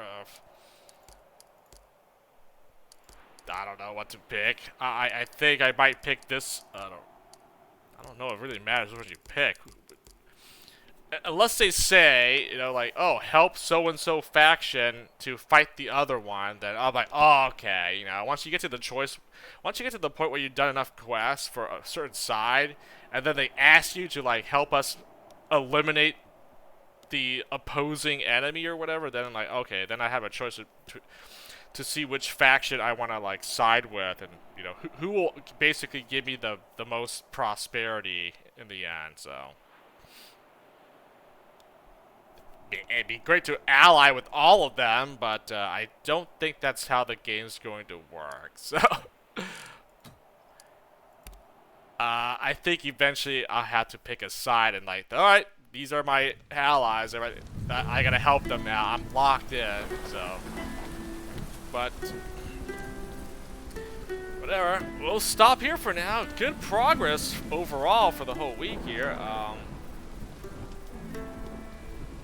Yeah, I think I'm getting better with just not doing every single thing. I can't do that, you know.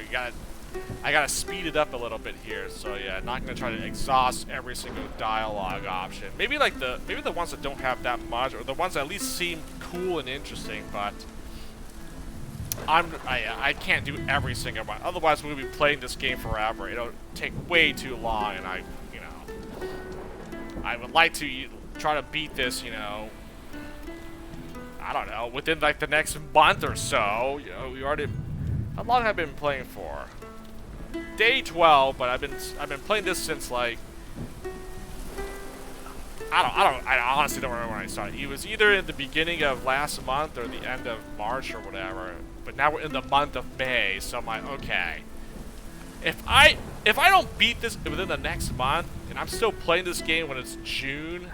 We got a problem. We gotta speed it up and finish it. So let's you know, make it quick here. But nevertheless, good progress. Good stopping for tonight. We'll resume, you know, next weekend. Come back, resume the expedition.